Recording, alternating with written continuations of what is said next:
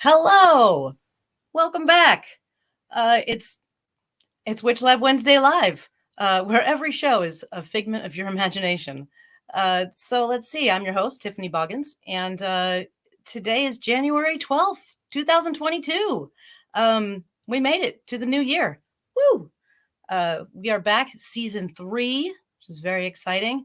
We have with us today Sara Mastros, who wrote this amazing book, along with others, The Big Book of Magical Incense.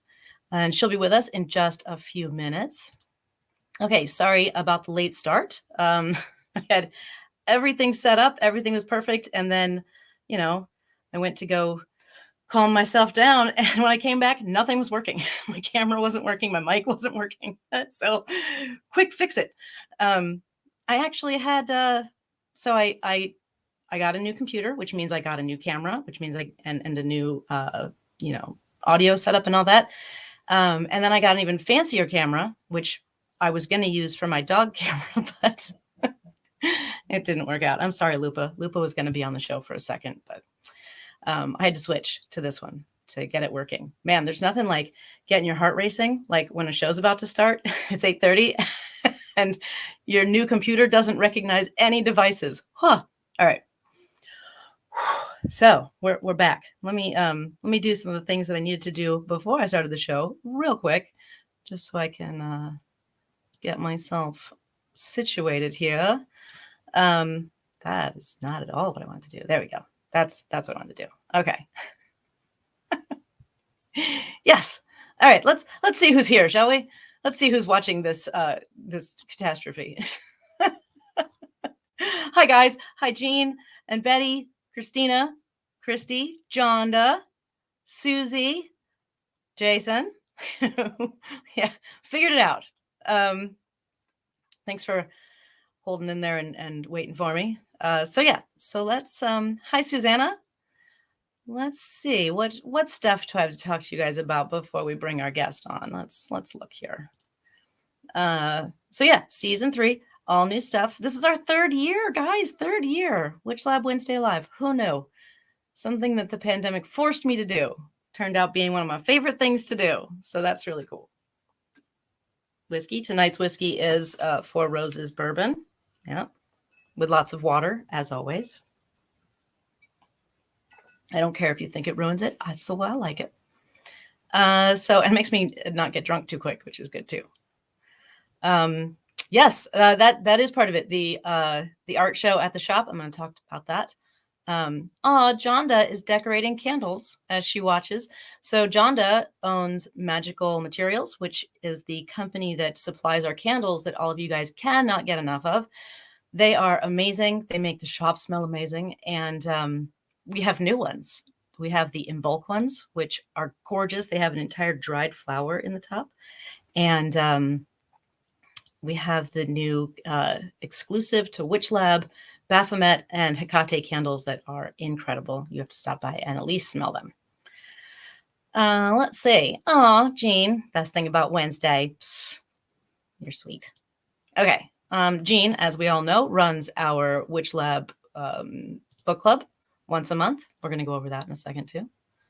Sorry, I'm still fixing my windows here. Okay. All right. So much has happened since we have spoken last.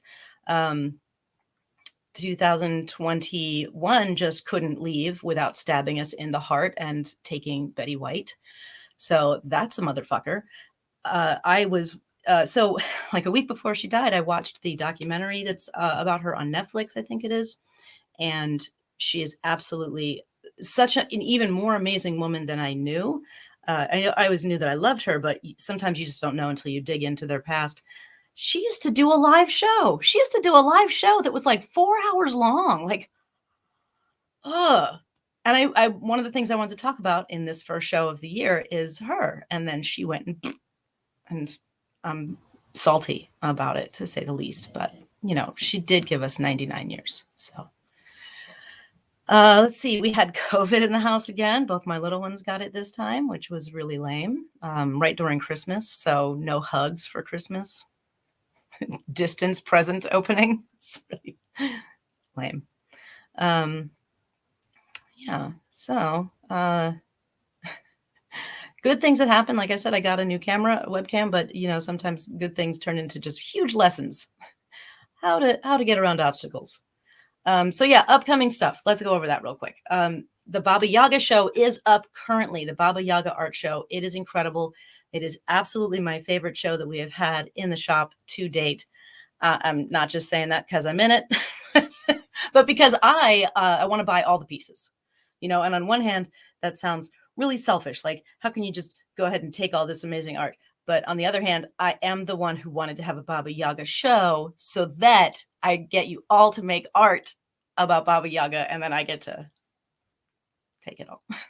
Not take it, of course I'll buy it, but there's 3 pieces I want to buy in the shop, and so if you don't get in there and buy them, I will, because there's just so many good pieces. There's some of the house, there's some of Baba Yaga, there's an apron with Baba Yaga scenes on it.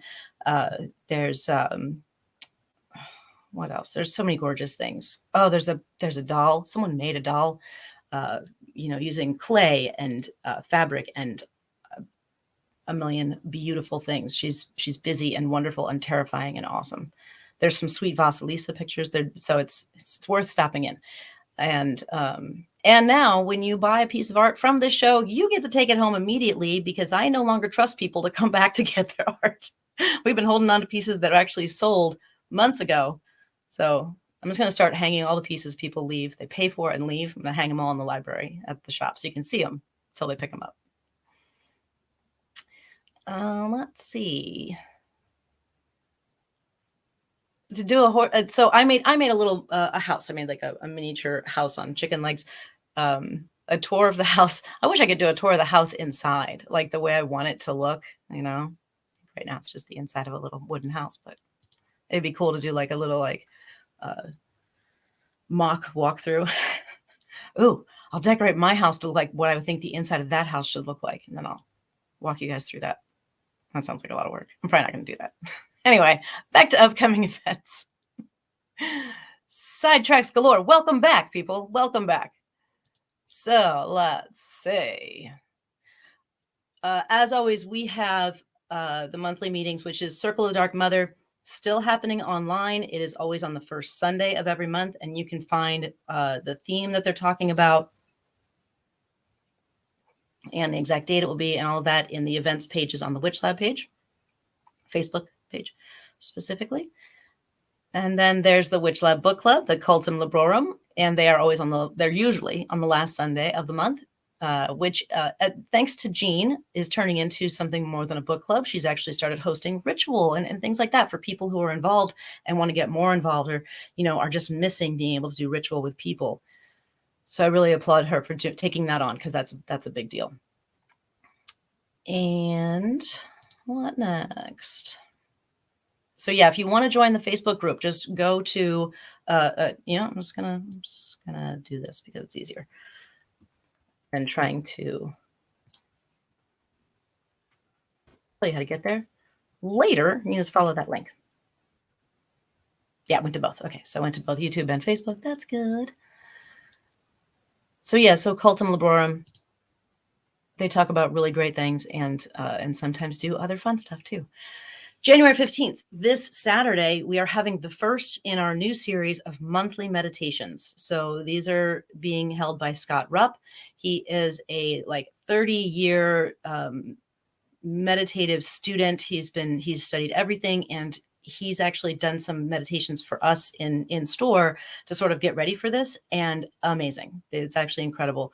And the class will sort of consist of some sort of interesting knowledge about meditation to add to your own toolbox of meditation, and then an actual guided meditation, and then sort of a Q&A afterwards. So that is both in person. Actually, in person is sold out because we wanted it really small, but there's online tickets too. So you can get that witchlab.com under the events tab. January 16th, that's this Sunday. We have 2 events this weekend. January 16th, Maggie Caldwell will be teaching the mystery of dreams. I believe the subtitle is Symbols and Signs. Fantastic. Maggie is amazing. She is an art therapist and who also specializes in dream work. February 12th, Maggie Caldwell comes back again to do the mandala workshop.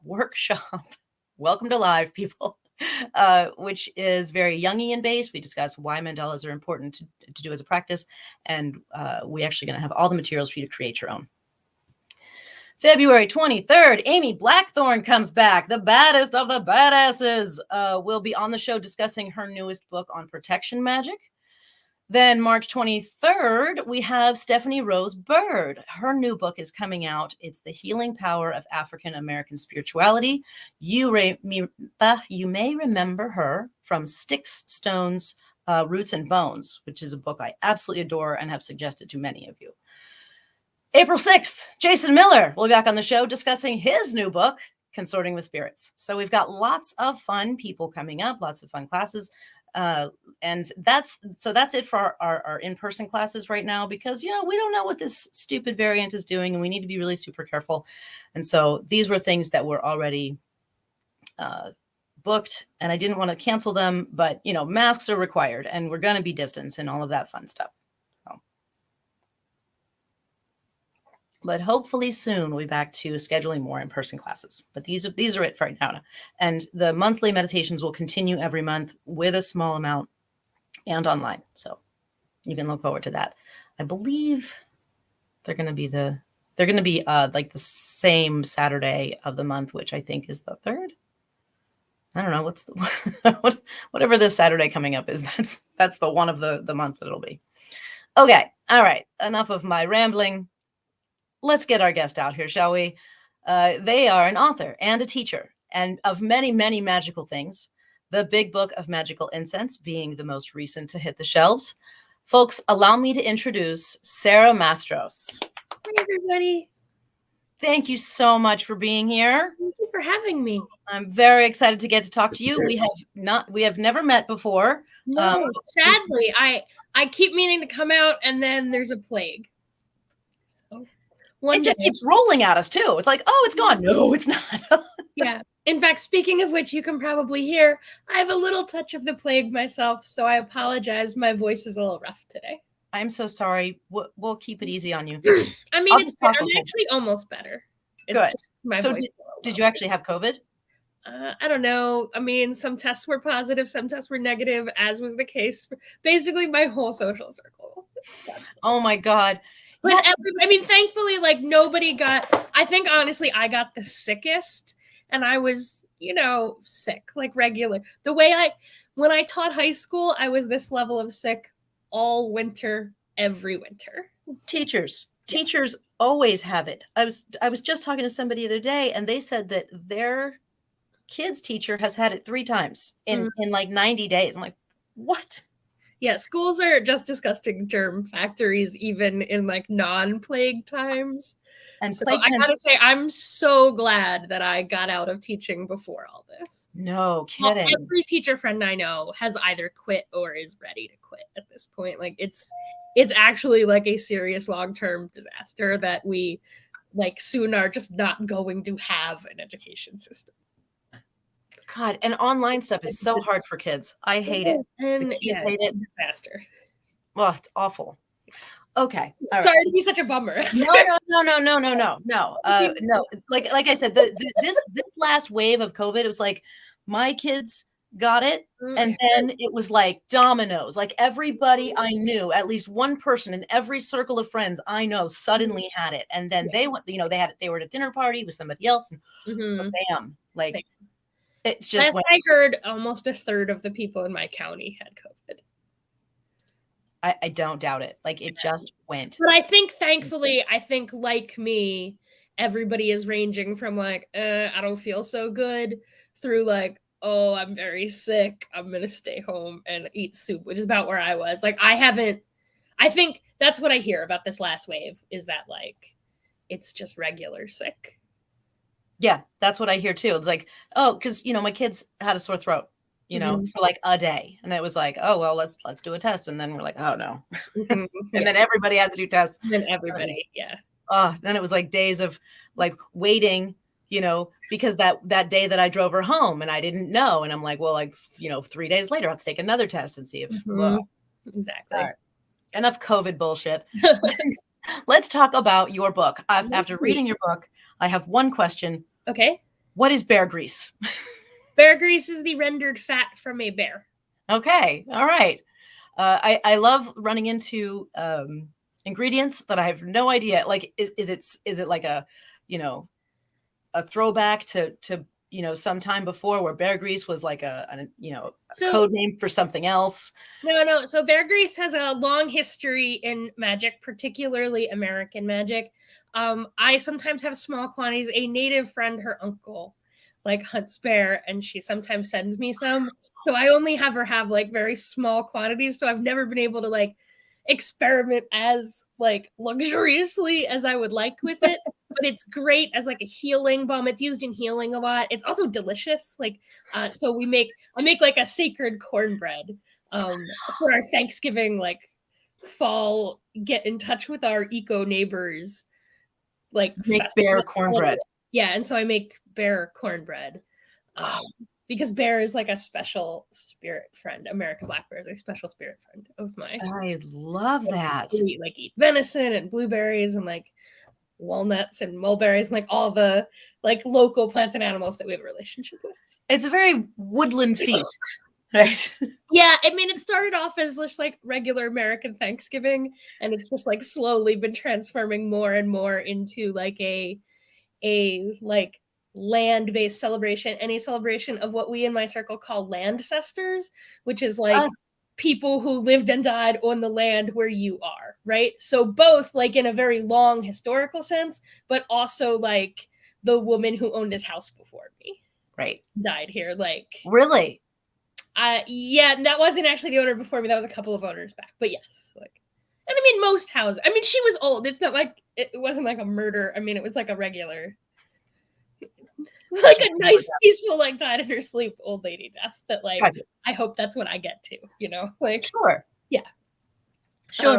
But people have died pretty much everywhere. Yeah, right? Exactly. Over the course of time. Exactly. And I live on a historic battlefield, so I have like noisy ancestors compared to other places I have lived.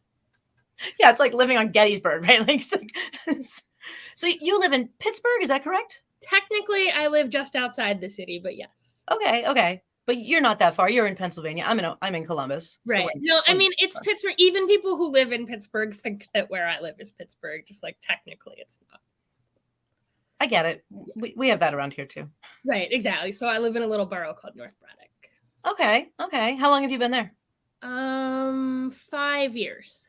Okay. You like it? Are you from Pittsburgh? No, so I grew up in Lancaster on the other side, but I came to Pittsburgh for grad school. So like I lived here for a long time, and then I moved away for a while for work. And then like when I quit being a teacher and could just decide where I wanted to live, I came back to Pittsburgh. Pittsburgh's a cool city. It really is. Like it's quite underrated, but I'm actually quite a Pittsburgh evangelist. Like there are bad things about the city, but I really love Pittsburgh. I went there once. I drove out there once to take a taxidermy class. Nice. Yeah, it's cool. Nice. I'm reading through your book. There was a lot of things that stood out that I really loved. Some points. Using cigar wrappers for making incense bundles. Yeah. It's like making a little incense blunt. Yeah, right? that's what I use is rolling papers. So that is such a good idea. You know, I always see like these Instagram girls, which like good for them. Like this is a skill I totally do not have, but they make these like beautiful, like all wet. No, I'm not clever-handed at making things. Like I do not have that as a skill. So yeah, I just rub. And it started off like I would sometimes like for like impromptu rituals, I would bum a cigarette off somebody and use that as an incense. And I was like, oh, I have an idea. So an impromptu ritual, you're just like, hey, give me a smoke. Yeah, basically. So a lot of times, like, it comes up most often, like, in cemeteries. Got you. Right, where I, like, want to offer something, and at least in Pittsburgh, like, someone in a cemetery has a cigarette. And, like, I feel like most places where I am, someone is smoking, and I can bum a cigarette off them. That's so smart. That's such a, there's a right word for it. Smart on the fly. You know what I'm talking about. I do. Thank you. That word will come to me. Yeah. And oh, go ahead.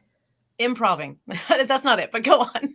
No, improv magic is definitely my favorite. I just don't like those stick incense. I just don't like it. It's so Like- messy. Like the kind of like commercial sticks you get. I just don't like them. That's how I end up like rolling papers full of herbs instead, is because I like hate those sticks. So There's the actual wood punks that they are made from. There's something in them that I can smell and apparently other people can't. That like I find off-putting. That's how I got into like making my own incense. Is there's like some thing that's in commercial incense that I just like.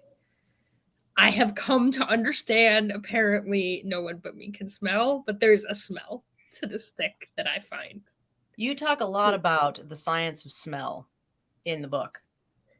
That chapter, that whole chapter is fantastic. Mm-hmm. And so, you like it. I almost cut that chapter. No. That I left it there.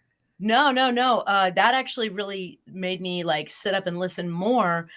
I am a huge fan of the, olfactory senses and everything. Mm-hmm.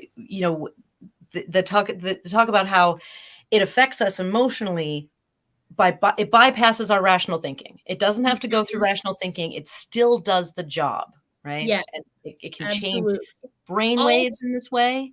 All smells are drugs. Like all smells are just chemicals that impact, like they change the way you think momentarily, right?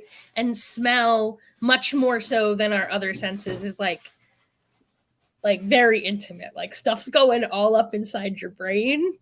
Like that's what's happening. Right past that membrane, like just goes right in. Little particles of it are up inside your brain, and they do things. Let's see. Betty Ann says that incense sticks all smell alike to her. Not horrid, but not real pleasant. Yeah, it's not a terrible smell. It's just a little. It's an additive that you can smell. I believe that, yes. I think it's something that they use to cure the actual like wood punks that they make stick incense out of. And like even relatively expensive brands, I can smell it. So it's either that or it's just the wood itself. I don't really know. I just don't like stick incense. So you decided this is not good enough. I don't like it. And so you started making your own. What pushed you to actually write the book? Well, a couple of things. So I've been making incense for a long time, and then I've been making incense for sale for a long time. And as anyone who follows me knows, I'm maybe like just not very good at marketing. So like the only way I ever Oh my God, I can attest to that. I was researching you today and it was so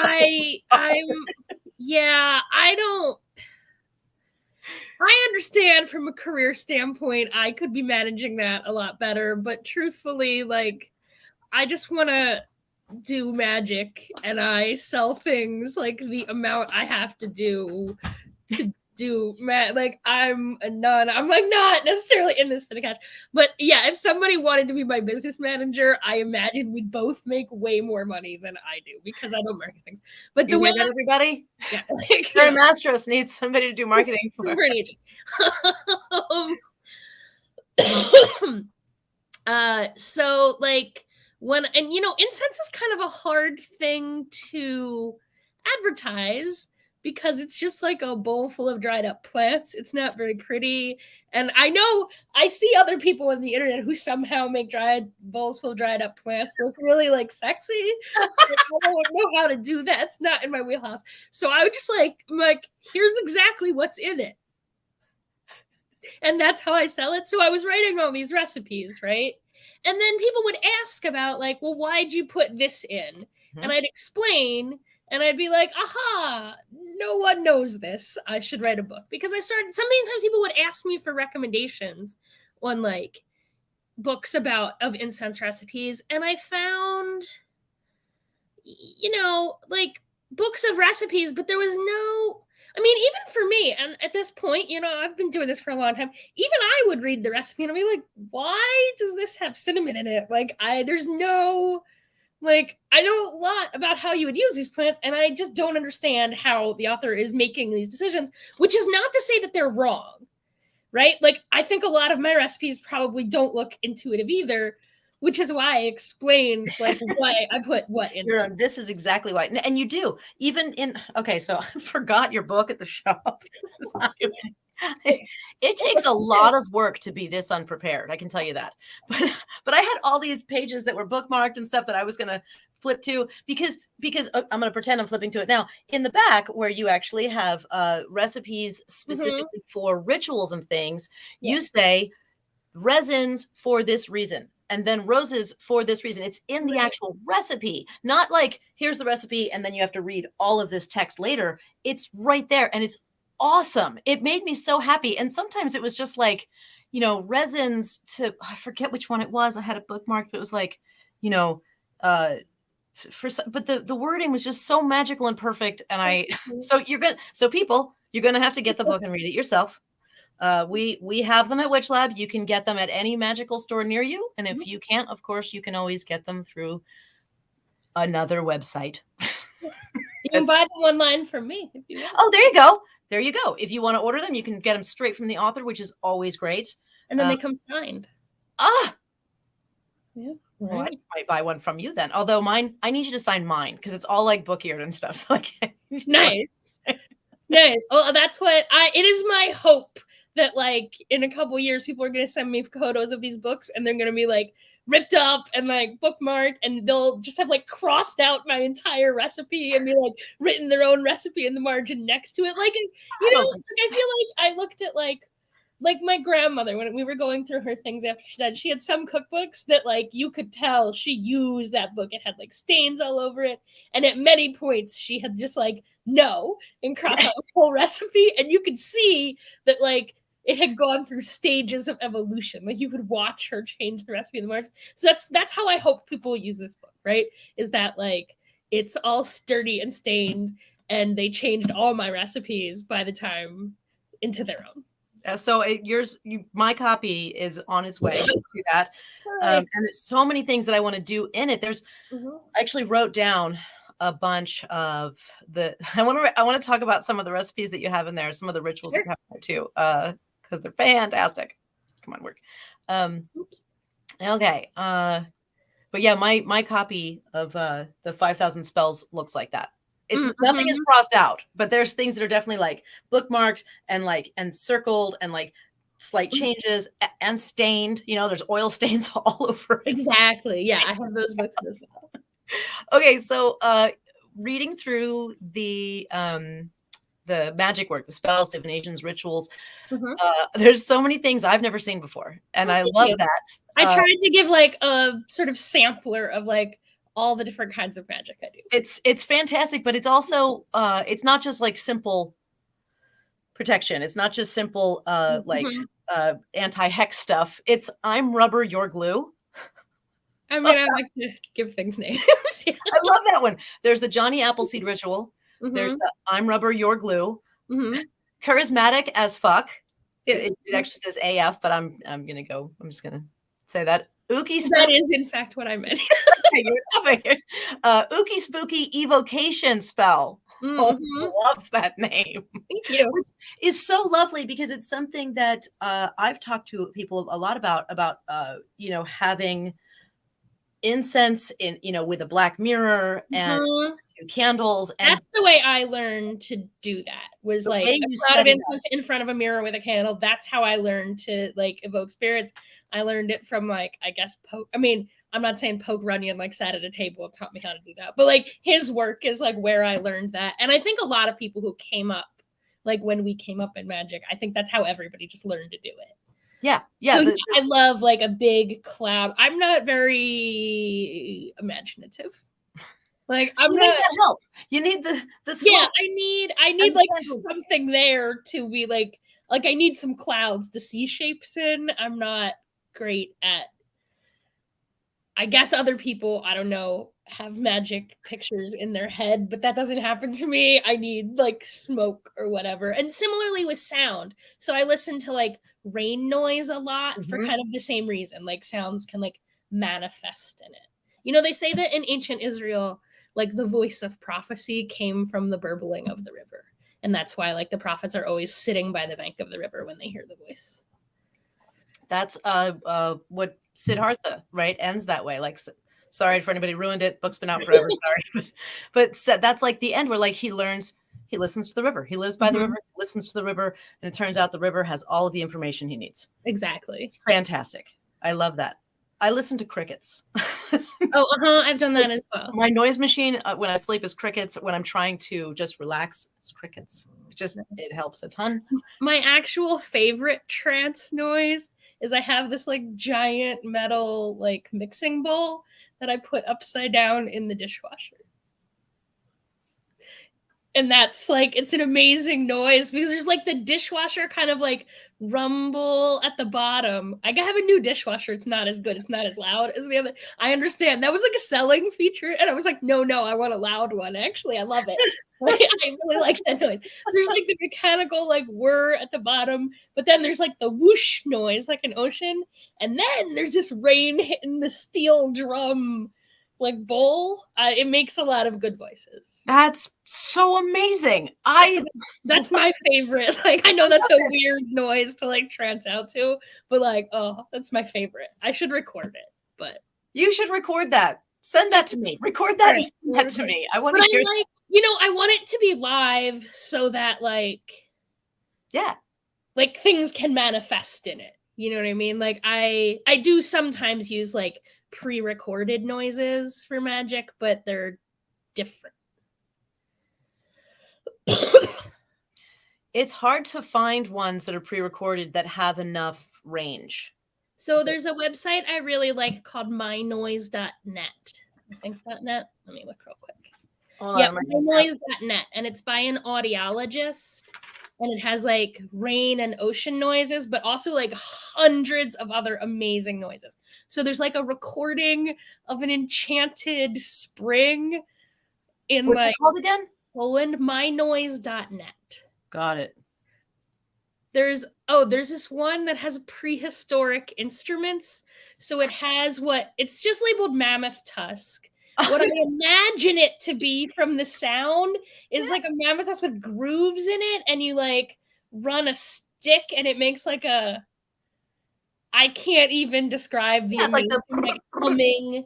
It's like that, but if that thing were huge and hollow, so it like reverberate, like it's a mammoth tusk, and I've never seen a mammoth tusk, but I've seen an elephant tusk, and a mammoth is even bigger than that.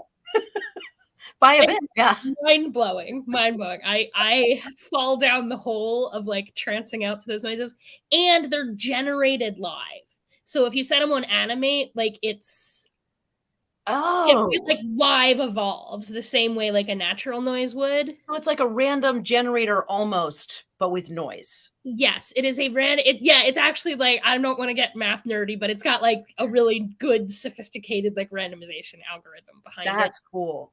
That actually it has a couple of different ways to randomize. I'm such a nerd for this site. Like, please go use the site. It's totally free, but he takes donations. Please give him money. Like, and he just keeps putting out like more and more awesome. There's like 3 different recordings of 3 different Siberian shamans chanting. It's amazing. Mynoise.net. I'm sorry to like fangirl about it. No, I love this idea. Like I said, I'm not very visual. So like I learned to do that smoke evocation we were talking about. Mm-hmm. But like in practice, I'm almost always like hearing and not seeing in my mind. So even though I still do like the big cloud of smoke in front of the mirror, truth be told, I just close my eyes and listen anyway. Like I'm not even using that smoke. That's how I learned to do it. It's so there. Well, the smell too. You're using it for the smell. Is definitely effective. Like, so I do like and that's a like don't operate heavy equipment kind of smoke. You know what I mean? Yeah. You said it was. This is an intense one. Yeah. Yeah, and I will say, like, if it's legal where you are, you could throw some marijuana in with that smoke as well. It's not. Well, kind of. It's a kind of thing. It's Well, I mean, obviously, I don't would have a never card, so tell it's not legal. anyone to do anything naughty or illegal while evoking demons. So, like, you know, yeah, I mean, it's not legal where I live either. But, demons don't always come for the most lawful of things, right? Yeah, right. So sometimes you got to play to your audience, right? Great. Anyway, yeah, so that evocation smoke, it's full of like wormwood, Yeah, and myrrh, and it's quite potent. it's heavy. And in that one, you actually, I like what you talk about where you're like, do the self-care afterwards, drink, because you're like, this is a thirsty one. Yeah. And eat food to ground, which is always good after any workings. And then you suggest, okay, so I always suggest go take your mind off of whatever you were doing. You suggest bookkeeping. Like, yeah, I really feel like here's the thing. I find people aren't always great at like not thinking about things. So like if you have them go like just go do something else, their mind will keep drifting back. But for something like bookkeeping where you really do have to like pay attention to what you are doing, like you'll know if you're still like a little bit in woojity space and you start doing bookkeeping, you will just fail at bookkeeping. Well, that's you I was like, I could never. Like so my thing is I go straight to comedy. Like after serious magical work, I will go put on comedy, something I know will make me laugh. Because if I try to do bookkeeping, my my ADD will just be like, yeah, oh, the ritual, it won't work. I will fail. Yeah, I mean, right. So I mean, I'm not here to lecture you, but perhaps you should work on that. But you can do bookkeeping after that, and that takes your mind off it. Are you more of a like structured person? No, I hate I'm terrible. I'm also like quite ADD. No, I'm awful at it. Like that's why I think so. It's I don't recommend that for all magic. I recommend it for magic like when. And also, I mean, look, all this advice, this is like beginner advice, right? So I'm always going to go a little bit overboard on the like, and now make sure you're fully detached. But after an evocation, beginners are not always fully back to themselves yet. It's hard. Yeah, it's hard to know how to do that. It takes practice to get back to you. But for me, right. comedy is like. I agree. Right. And so laughter, I agree, will like bring you back, but it won't keep you back. And that's actually what I see people have trouble with. It's not that they have trouble getting back. It's that they then like sort of, you can watch them. They're like here in the real world. And then like slowly the fuzz starts to come out the back of their head and they just like trail back off into the other place. And I'm like, no, you be here now. And so that's why I advise things that like just require your full detailed attention, which is terrible and hard. I mean, I agree. Now go do your taxes. I'm like, that's why I'm telling people to do it, because it's hard. But I think that it is harder when you're first starting. It's harder because it's so fucking cool when you get it to work right. That has never gone away from me. Like every single time I do magic, I'm like, holy shit, magic is real. There's like somehow, no matter how like jaded I am about everything else in my life, magic, I still find like toddler delight in it every time. Like it is just a never-ending like fountain of wonder to me, and like I love it so much. I'm with you. Like it's never gotten old. Like every time I'm like, holy shit, did you guys know about this? And that's basically my job now. I'm like, hey, did you know magic is real? Because it's real and it's amazing. And I feel like so lucky and privileged to just do that all the time. This leads me to so many questions. My brain is literally like in so many directions. I'm like, I want to know this and this and this and this and this about you. Okay, so first off, let's start with you are a witch for hire, right? So is Witchcraft what your full-time job is now? Yes, Witchcraft and like Witchcraft adjacent things. Sure.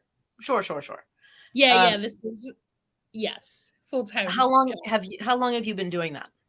5 years. And you are, like I said, you're a witch for hire. You will do magic for other people. Yeah, although I will say, like, I do that less and less. Look, at the end of the day, what I love best is to be like, hey, did you guys know about magic? Can I just talk to you about magic for so long? So, like, writing and teaching, that's my favorite. Like, I really enjoy it. And, you know, I understand witchcraft to be historically essentially a profession, right? Yes. Like there's a lot of talk about how like the old witch religion, which like I'm into that too, right? And there's a lot of talk about like witchcraft as some sort of like suppressed feminist art, which like sure, I like feminist art. Like I am also like solidarity, right? And witchcraft is like a political movement, which like power the people. I agree. Like I'm down for all of those things, but like at the core about like what witchcraft is, it is a profession, right? And I will say, so like I do that work, but I will say like you know, most employment under capitalism, there's like some ethical squidginess around some of it that I There's prefer. a bunch of squidginess about what you do. And I want Right. to talk so And much about it to oh, you. Like, sure. And so I will say like at the end of the day, today I mostly only do writing and teaching for hire, and I do witchcraft for community and occasionally okay. for cash, right? So I will still take witch for hire work when it's cool or Right. interesting, but like I am out of the boring witchcraft biz. And it turns out I always find it delightful when I'm reading like ancient spell books, like the PGM or whatever. And like, you know, some of them are like high priest magic, but some of them, What's PGM? well, I'm sorry, the Greek magical papyri are a collection of spell books primarily from Grecophone Egypt in late antiquity. So they range from about, these numbers are probably wrong, so please feel free to actually me in the comments, but I'm going to say roughly from like maybe 300 BCE through probably like 400 CE. Generally that range. And so it's a collection that was probably not brought together, like it's not one author, it's a variety of texts that were recopied by a variety of scribes. But like those texts, I find it's the same when I read like the list of just like straight up spellcraft, not the like high fancy theurgy priesty stuff, but the like, here's how to cure a wart, here's how to make a lady have sex with you, here's how to make your boss like you, here's how to win at gambling. I'm like, oh, All the I essentials also, have always been there. They've always been the same. exactly, they really are. And like with the exception of healing, where I feel like medicine has kind of changed the game on a lot of that. Thankfully, like sometimes I read these spells and I'm like, oh, I'm sorry that this was your solution. You had to eat goat vomit. I'm so sorry. Like a good solution for that. Yeah, I find it's like a very sort of like traditional list of like just village witch kind of things, you know? And I think we all know what they are. It's like love and protection. And so I tried to really Love, protection, luck. right, exactly. So I sort of thought about that when I was writing Incense for the book. I wanted to kind of like cover all of those like traditional bases. You did. You totally did. You covered all the bases. And then you also included shut the fuck up and go away, which are two of my favorite ones. Well, partly I just wanted to give everything its own name because so many of the traditional names for spellcraft have some like complicated political and social and cultural ramifications That's around fair. them that I don't want to like. I don't like if I present like say a bend over incense recipe, right? I feel like by giving it that name, I am implying that it is like a particular like hoodoo formulation, which is not what I'm doing. So I try to just give everything like function-based names, right? So it's just called like my version of that like broad category is just called like do what I say. Right? Or like go away. Like I learned to name things in math, so I try pretty hard to just give thing like the clearest like explanatory name of what a thing is. I'm with you. We make a tea at the shop. We make our own teas, and one of the teas we make is called Calm the Fuck Down tea. Mm-hmm. Because it's specifically for calming your nervous system so you can focus on whatever it is that you're nervous about and get work done. Mm-hmm. It's not like a sleep tea. It's literally like a bring it down so you can focus tea. And, we love to name things that way too. Yeah, I'm just not that creative, so I just give things names that are like exactly what they are. That's I am one of the things you learn early on, like with naming businesses and things, is that you have to be able to know what that business does from the name of it. Like it's very important. I agree. WitchLab, I love that name.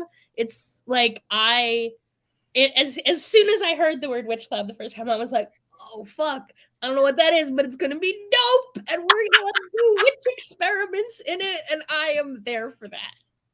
Yes, that is it. It combines my two favorite things in the world, which is witchcraft and laboratory work. Like those two things, and I'm like, wow, which I'm not saying makes me an alchemist, but it definitely makes me look like one. Right? Yeah, I definitely also have like a picture in my head of what a witch lab looks like.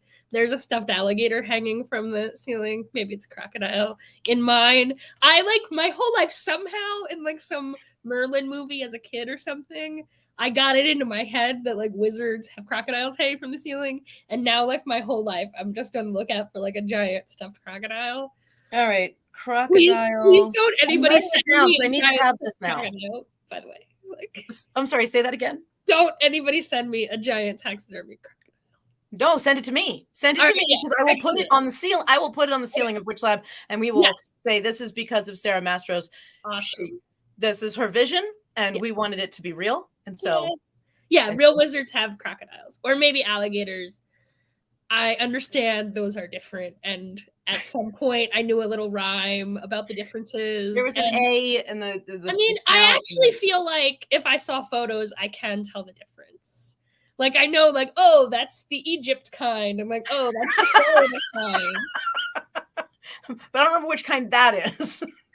I mean, that'd be my problem. An alligator and the other kind is a crocodile. Like I know what Sobek looks like, and I know what like alligators look like in cartoons about Louisiana. So there you go. I do not believe I have ever seen an alligator or a crocodile in like real life. Oh look, Jack Trade says he's headed to Florida for the Gatorhead. Nice. He's gonna go get us one.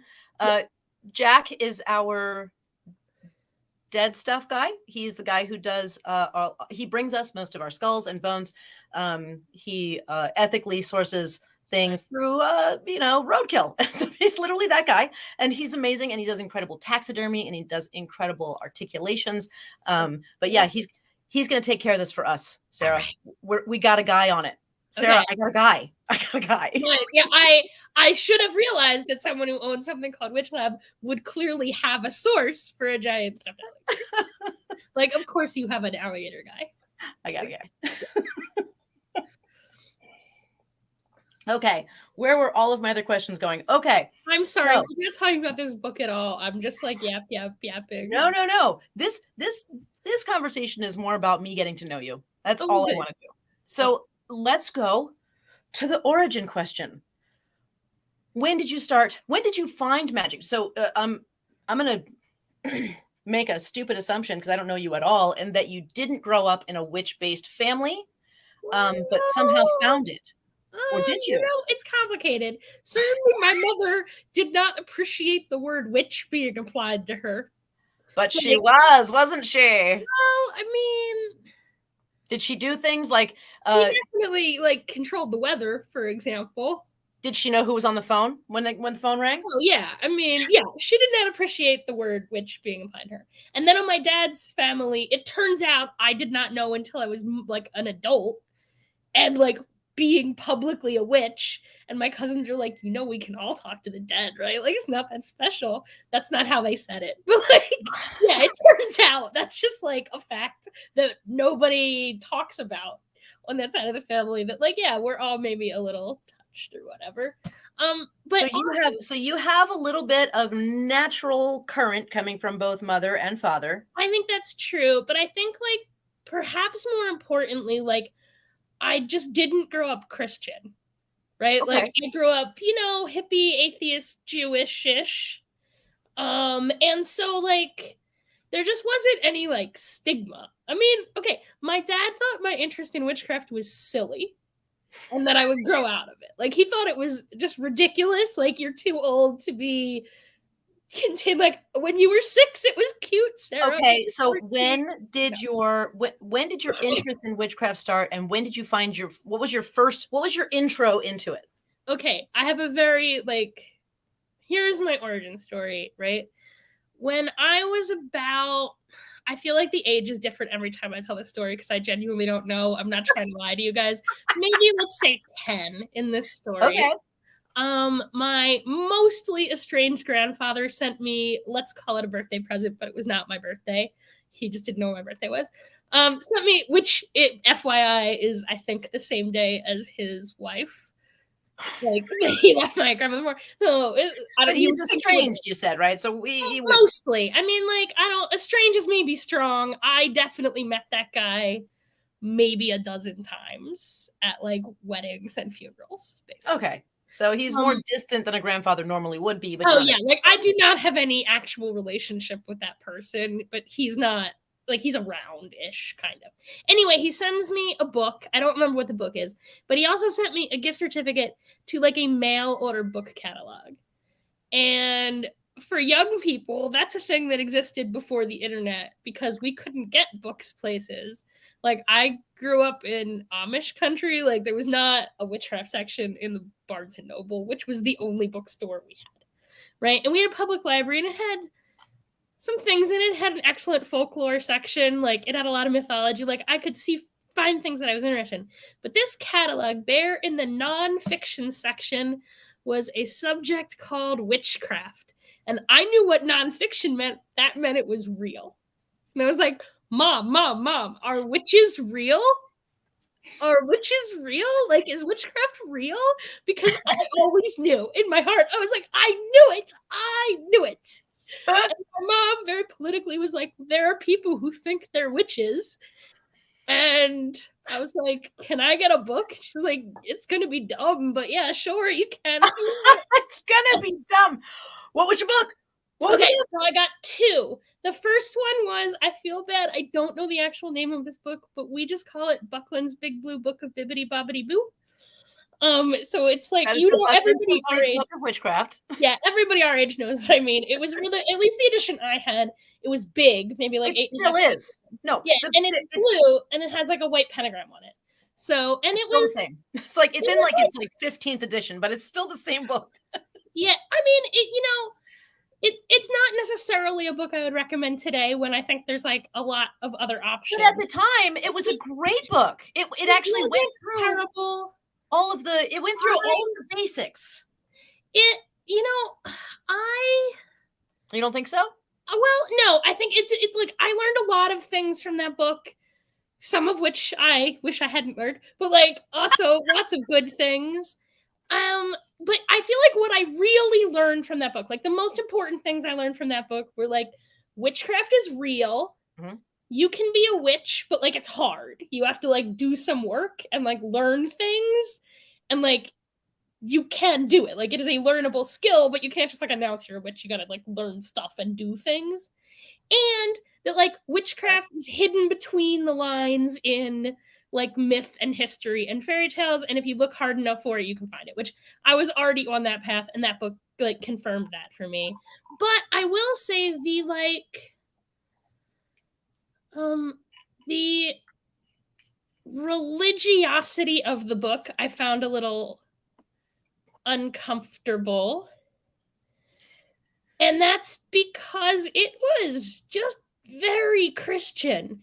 And I know that it didn't seem that way for people who grew up Christian. But like it was clearly like the ways it talked about religion were just framed against Christianity in a way, as somebody who grew up in not a majority religion, like those more complicated questions of like the relationship between religion and culture and like the historical like evolution of religion and stuff. I even at that young age, I was like, oh, this person is like not really reading. It was very Christian, like noticeably Christian. I was like, oh, well, this is not like the witchcraft I've been thinking and learning about at all. Like I found the like you have to have one he god and one she god a little weird. I found what I was mad about when I found when I started, I'm going to totally cut you off. I'm going to cut you off right now because I agree with you in a lot of ways, but I've never heard it put the way that you just put it, and it actually really helps me frame why I left witchcraft for so long after I started. So I started when I was 15. I started with Gerald Gardner and Raymond Buckland and all of that, and the Farrars and all of that, and I was really excited. About witchcraft. I was really excited, and then there was just so much religion in it that I really lost interest.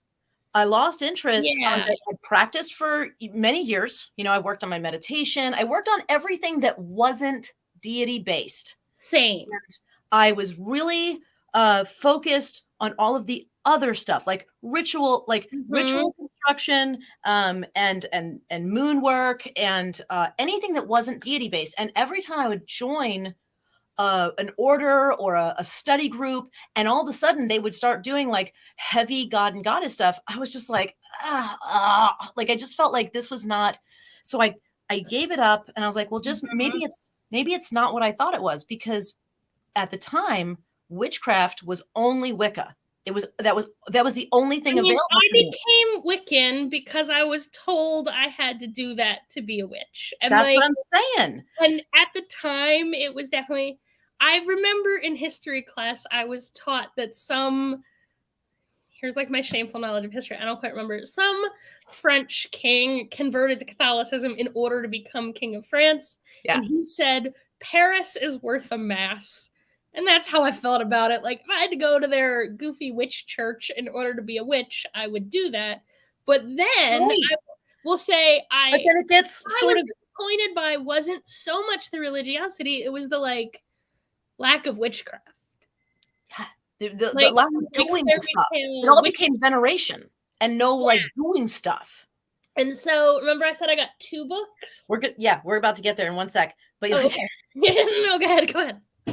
But then I found Jason Miller. I literally found Jason Miller in my 20s in Philly, and him and Matt Brownlee introduced me to something other than Wicca. They introduced me to other concepts, ceremonial magic and hoodoo, and like, oh my God, magic is more things.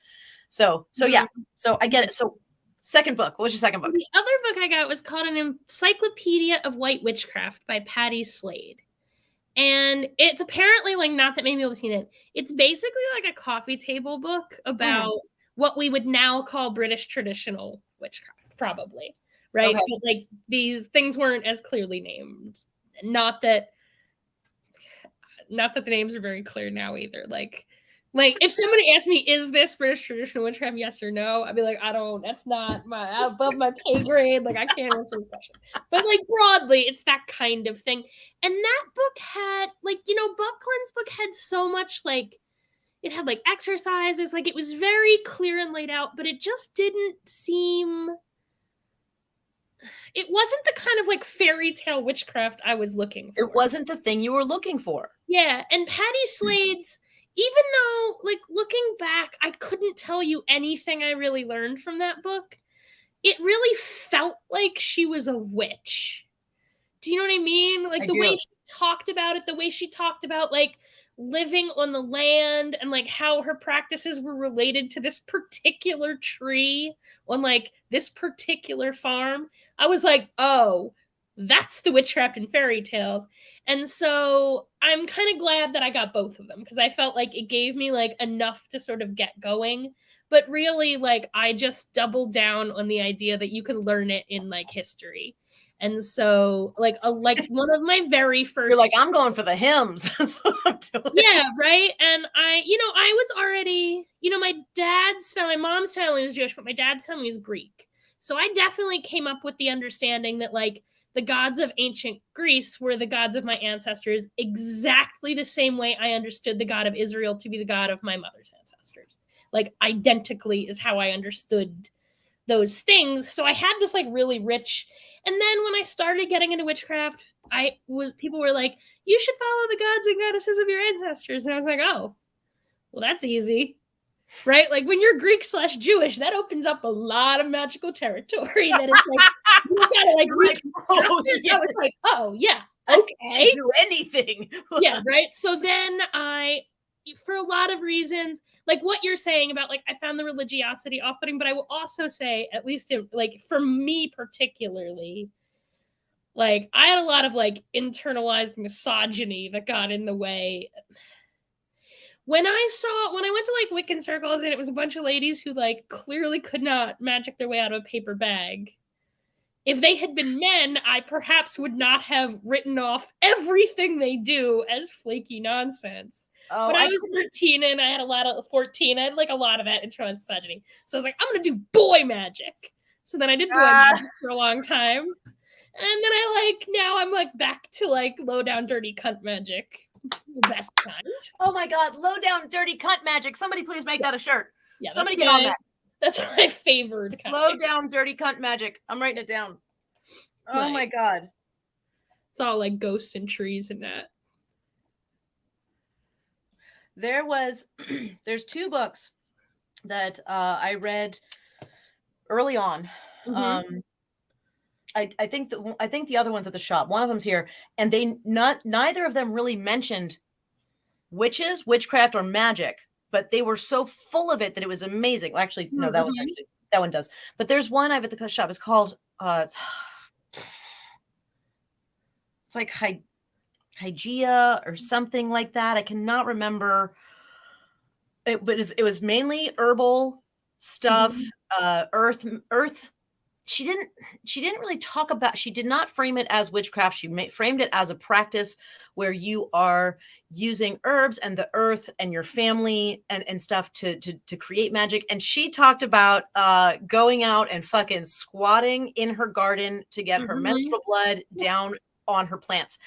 Right. And that was the kind of witchcraft I was looking for. Exactly. That's what I was like, oh yes, this is the witchcraft that I knew was real. That's what I was looking for. Yeah, and so like you, I mostly was trying to find it in like history books and fairy tales and like herbal books. I was really into herbalism quite young because I feel really, really lucky. Like I had a co-magician almost right away.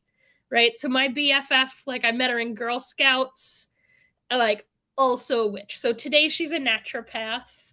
But she was always very into plants. Wait, also, I have to stop everything for 1 second here.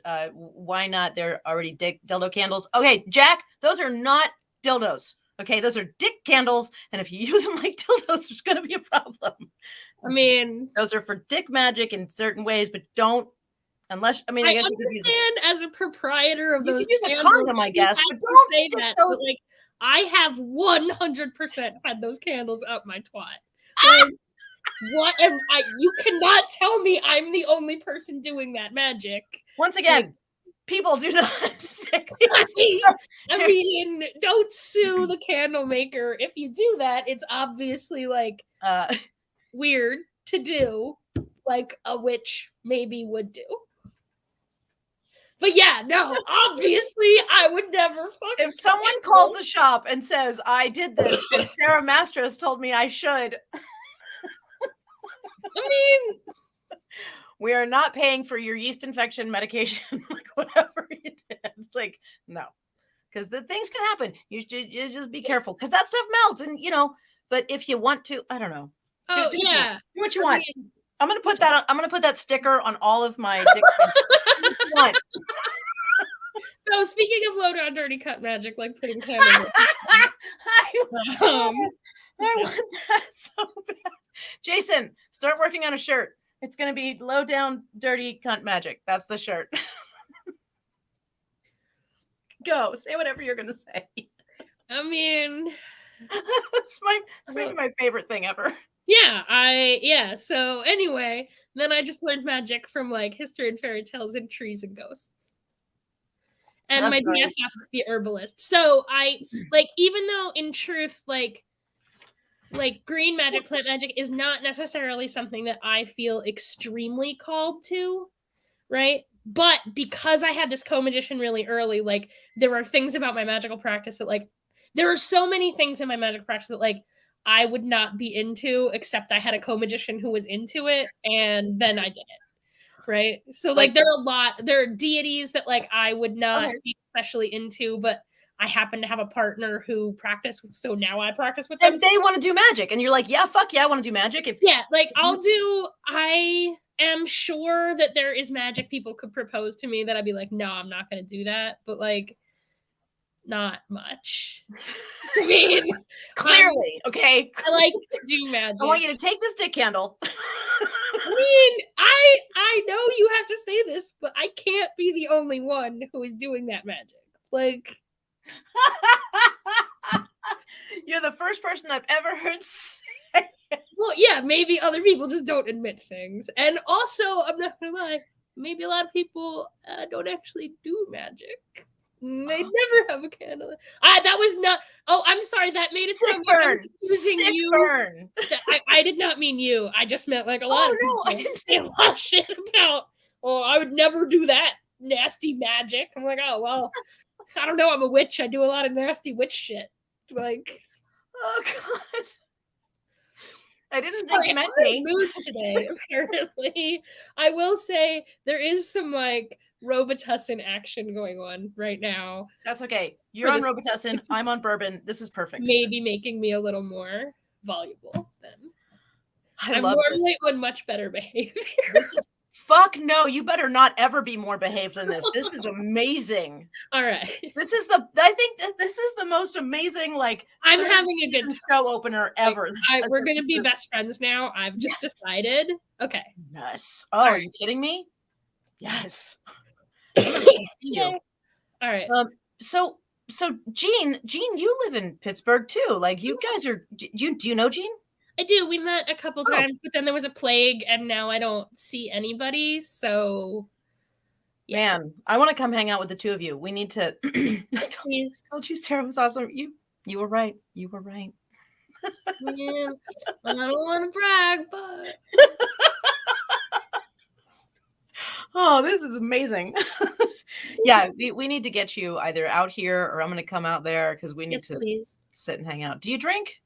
I don't, but I mean, I'll be around people drinking. Good enough. That's good enough for me. I promise that I'll be extra stupid, even sober. So it will be fine. You're just going to take some Robitussin when I come out? I mean, I am pretty sick and I lost my voice all week. So. Oh God, I'm so sorry. You could have canceled. We could have. Oh no, I'm actually like basically all better. It's just a little bit of like sniffles in the throat. I'm one of those people that like when I get sick, I'm fine, and then I just have a cough for ever afterwards. Oh, me too. Do you know what so I am one of those people too. I've actually gotten pleurisy from my cough, which is just like a Oliver Twist sort of disease. Same, in fact. So I've found something that helps a ton. Dry herb vaporizer where you use just straight mullein. Okay, I will definitely try that. It is amazing. This year I started with one of those stupid fucking coughs, and I was able to kick it within a month or so. And usually that lasts for like 5 months for me. Yeah, mine just always hang on for a long time. Mine too. And my doctors put me on every weird thing. My one doctor, she's like, nobody even uses these anymore, but this might help you. Like, we got to the end of and they were these they were called pearls or something. And they were the one thing that helped me 1 year. I think I know what you mean, actually. Yeah, I also have, they're like little... They look like little tapioca balls. Almost. Yes, that's exactly what they look like. And those were the one thing that helped a ton. Mm-hmm. But yeah, this year, dry herb vape That's mullein. Smart. I've been doing like mullein, like incense smoke, but and that'll work too. That'll work too. But I found that because when you vape it, you're not combusting it, so you're really just getting the oils. Yeah. and it helped me. That'd be better. Every time I did it, it stopped the coughing and everything, and awesome. eventually it went away entirely. Oh, well, thank you. I will definitely try Yeah. the vaporizer. Yeah, that stuff is amazing. Dry Yeah, herb vapes are great. I will check them out. Yeah, I mean, I have used them before. I'm a fan of the Magic Flight launch box. It's okay. They have a website, Magic Flight, but their launch box, it looks like a. Hold on. Hold down. Oh my god, my camera fell. See? Oh, the things. Hold on. I'm gonna get it so I can show it to you because it's really cool. Okay.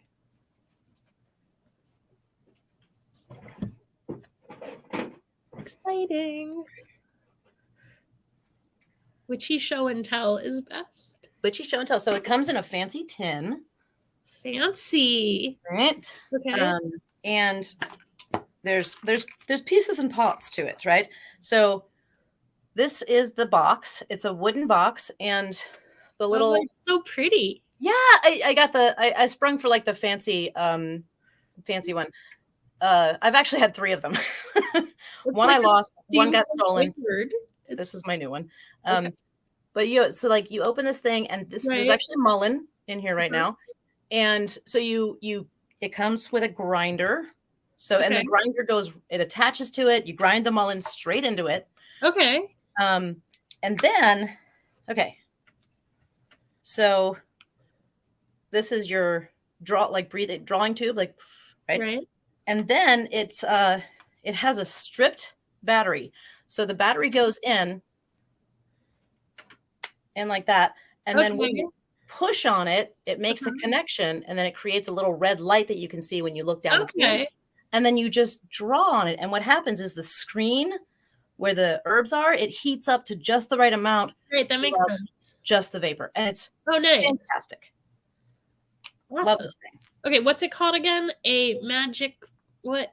No? Magic Flight launch box. Magic Flight launch box. Okay, cool. Like a lunch box, but a launch box. Because, it's supposed to be used for things that launch you. Right. But I've been using it with mullein. See, I even have a bag. Mullein. What's in there? But yeah, it cleared up my lungs for the first time ever that I didn't have a cough for 6 months. Because normally I'd have a cough now. Yeah. Okay. So I will definitely try that. Thank you. And Jack is calling me out, but you smoke. Shut up, Jack. Everybody's got their stuff. And I smoke very little. I smoke cigarettes maybe every other day, and it's only a couple when I do, but But you gotta justify your life to me. Don't judge me, Jack. Whatever. Anyway, let's get back to other things, shall we? A whole tangent. What time is it even? Jesus. Oh, it's still early. We're still good. I don't know how much time you have, but I got nothing else on my schedule today. Me neither. The longer I talk to you, the longer I don't have to write a book. So yes. Okay, so let's go back. So origin story. So you got these 2 books. And then what? What happened then? Well, and then from there, I just I felt like once I knew that it was an option, I just started tracking things down, right? So I would and it became a research game, right? It became a research game, and I'm a big old nerd, so that was good. And my parents were quite supportive, right? I mean, my dad at least open. Your dad said it was silly. That was once I got kind of serious about it. He definitely thought it was my dad was a pretty hard atheist. So he definitely was like, this is the opiate of the masses. Like, what are you doing? This is superstitious nonsense. I was like, okay, whatever, though. I mean, but he wasn't he just thought it was a weird hobby that he didn't get. Do you know what I mean? He wasn't opposed to it in any way. And they were definitely in favor of me, being nerdy. Right? And once I got into Greek stuff, he liked that. Then he's like, oh, okay, this is good. We can get into this. This is fine. Exactly. So so I read a lot of mythology. And then in my 7th grade ancient history course, so my 7th grade history teacher, Mrs. Kimbaum, who was later named Mrs. Becker, without question the best teacher I ever had. She was Oh, amazing. Like, and I say that now, like, having been a teacher and a vice principal, like, I would hire her in a second. Like, she was amazing. She was a really good teacher. I believe she went on to work for our state Department of Education after I had her. Anyway, I had her for 7th grade ancient history, and we had a book that was like a compilation of primary sources from ancient history. And I liked that, right? But one of the things it had in it was a spell. And from ancient Mesopotamia, it was not cited. So I will say now, as an adult who's perhaps a little more well, and I tracked down a copy of this book on Amazon, and it just like doesn't cite its sources, which like this was my history textbook. So like, what are you doing, guys? It just says like Mesopotamian spell text, and I'm like, that's not very helpful. that is not enough information. Well, I will say now, I believe it to be a Thorkild Jacobson translation of Mughal Tablet number 4. Right? If that means, I mean, just saying. Well, it sounds like you've done the fucking research. I mean, I'm into that kind of ancient magic. And this spell, which starts off scorching fire, it's a curse. It's actually a curse breaking. It sounds like a curse, but it's actually a curse. It's like a hex breaker. Yeah, it starts off scorching fire, warlike son of heaven, fiercest of thy brethren. And then it's like, burn the person who enchanted me, basically. Well, when I read this spell, I was like, holy fuck. This is what I've been looking for. Like, I immediately, when I read this, I was like, oh, this is like real magic and not this, no offense, like Buckland book stuff that I've been doing. Like, this is real. And you could like feel it in the words. And I will say now, as a person who writes magic, I will say I am deeply indebted to Thorkild Jacobson. So, like, his voice of that spell is just like what I think magic sounds like now. So, scorching fire, warlike son of heaven. And somehow so that spell was really like, that's what lit the fuse for me. That's when I was like, oh, magic is fucking real. Like, I knew that the sort of religious, like, animisty kinds were real, right? Like, I definitely knew you could talk to trees and talk to ghosts. So, like, that was dope, but that wasn't magic. I wanted fucking superpowers. You wanted the change. You not just the connection, but the ability to change. The ability to change things. To be able to have control over things. Yeah. Okay, so again, I want to remind people that I'm 13 in the story, and I was getting bullied. So, like, FYI, I maybe am not about to make the wisest of all choices in this story, but I'm 13, right? Because what do you want to have control over when you're 13, right? Well, and I mean, I was getting bullied hard. Like, I actually didn't know that the bullying in my school was, like, unreasonable until I went to college. And I would describe things, and they were like, what do you mean they threw dead frogs at you? Because I went to like, I don't know, like, schools and movies and TV were like that. So I actually thought it was normal. Like, I thought that was a regular level of bullying, but I went to a school with just like a grotesque culture of bullying that I will say as a teacher existed because the faculty just permitted it to. Like, there were adults who watched people throw frogs at me and didn't do anything about it. And you said you grew up in Amish country. Yeah, I mean, I didn't grow up like on an Amish farm. I grew up in but around, but not in a like urban setting, but sort of more rural. I grew up in rural suburbs, basically, like rural leaning suburbs. But I did not grow up like deep in farm country. Okay. Right? So it wasn't like you had to take like an hour bus ride to get there. You were no, but I grew up like near those places, and in like I knew people. Like, I certainly did go to school with some Mennonite kids, I will say. Right. So when you said you live in Pittsburgh, but you grew up on the other side, I didn't ask you on the other side of Pennsylvania or the other side of the country, because I'm assuming now Pennsylvania. The other side of Pennsylvania. So I grew up in Lancaster. Okay. Sorry, I meant to say that. No.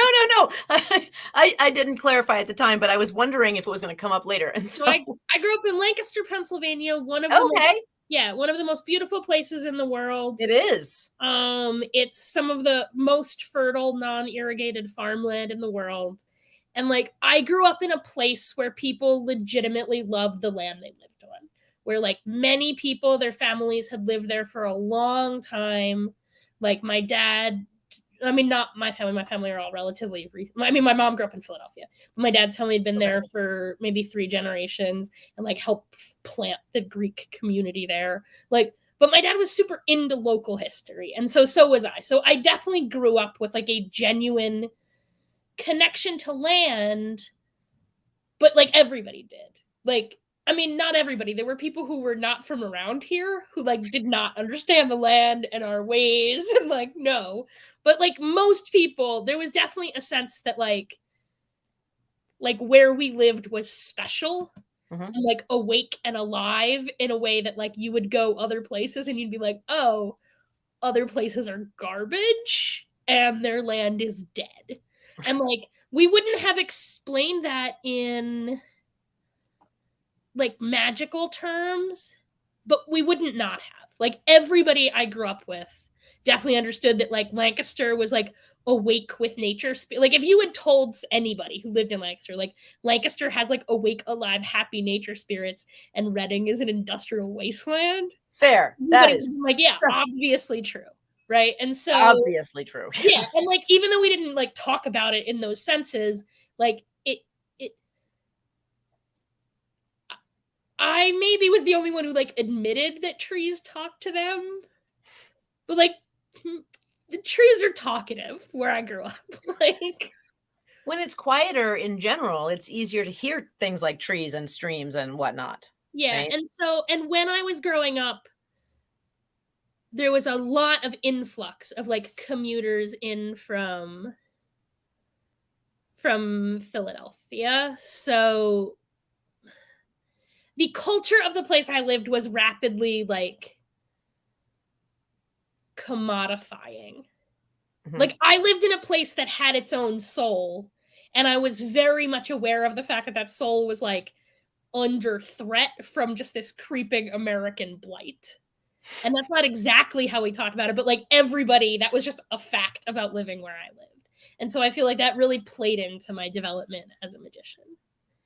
Interesting that the encroaching of the sort of urban situation was problematic to the vibe of living with the land, of being able to be connected. Well, I mean, every grown-up I knew, anytime you'd go anywhere, they'd just point at like a new suburban development and be like, that's where we used to trap squirrels. Or like, that's where we used to like all the, you know what I mean? Like they just, every time you would go anywhere with anyone, like they would just casually mention like, oh, that Smurf village there used to be a place. So my mother taught me that suburban, that's what my mom called like suburban developments because they popped up overnight like mushrooms. She taught me that a suburb is always named after whatever was murdered to put that suburb there. Wow. So like if you live in a suburb called like Oak Grove, there used to be an oak grove that they murdered to put a suburban development there instead. Like that's just how they're all named. Oh my god. So that's like, I mean, that's what I mean. She's not wrong, but I've never heard it put in those terms. Holy crap. Wow. Okay. That's a game changer for me. So that's what I mean when you say like I didn't grow up witchy. Like I didn't not grow up witchy.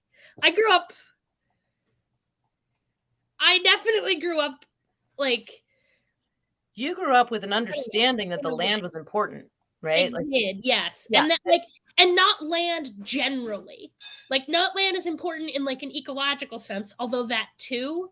But the idea that like there were places that we would go that like they had stories to them, right? So there was a place we used to go, like a hike we used to take called Chickies Rock.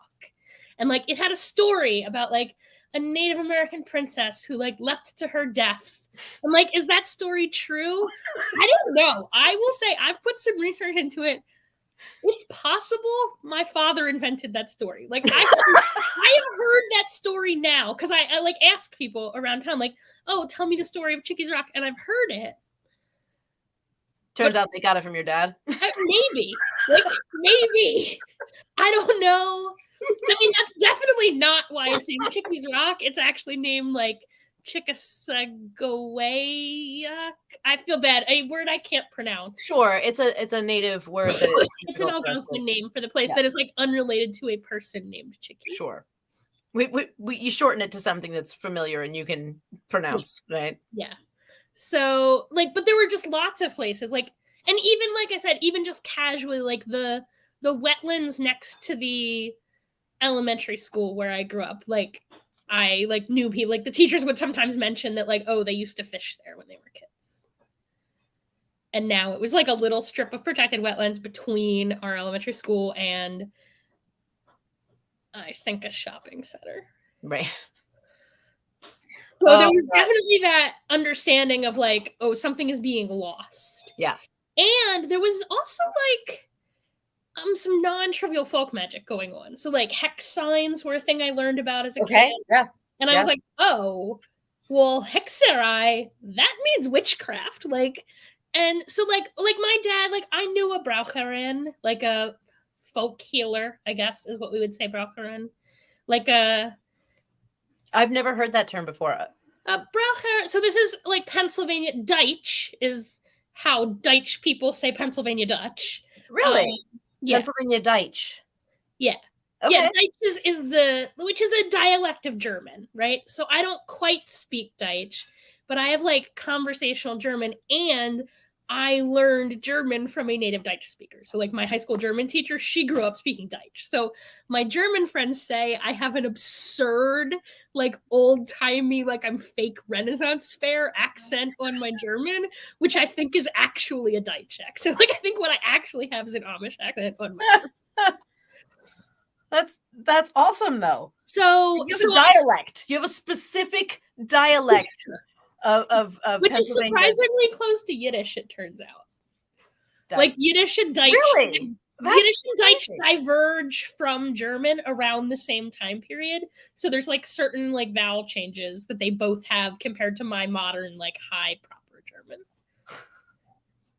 Anyway, so there was this tradition of Pennsylvania Dutch folk magic that I didn't have access to exactly, but I don't know if you know this.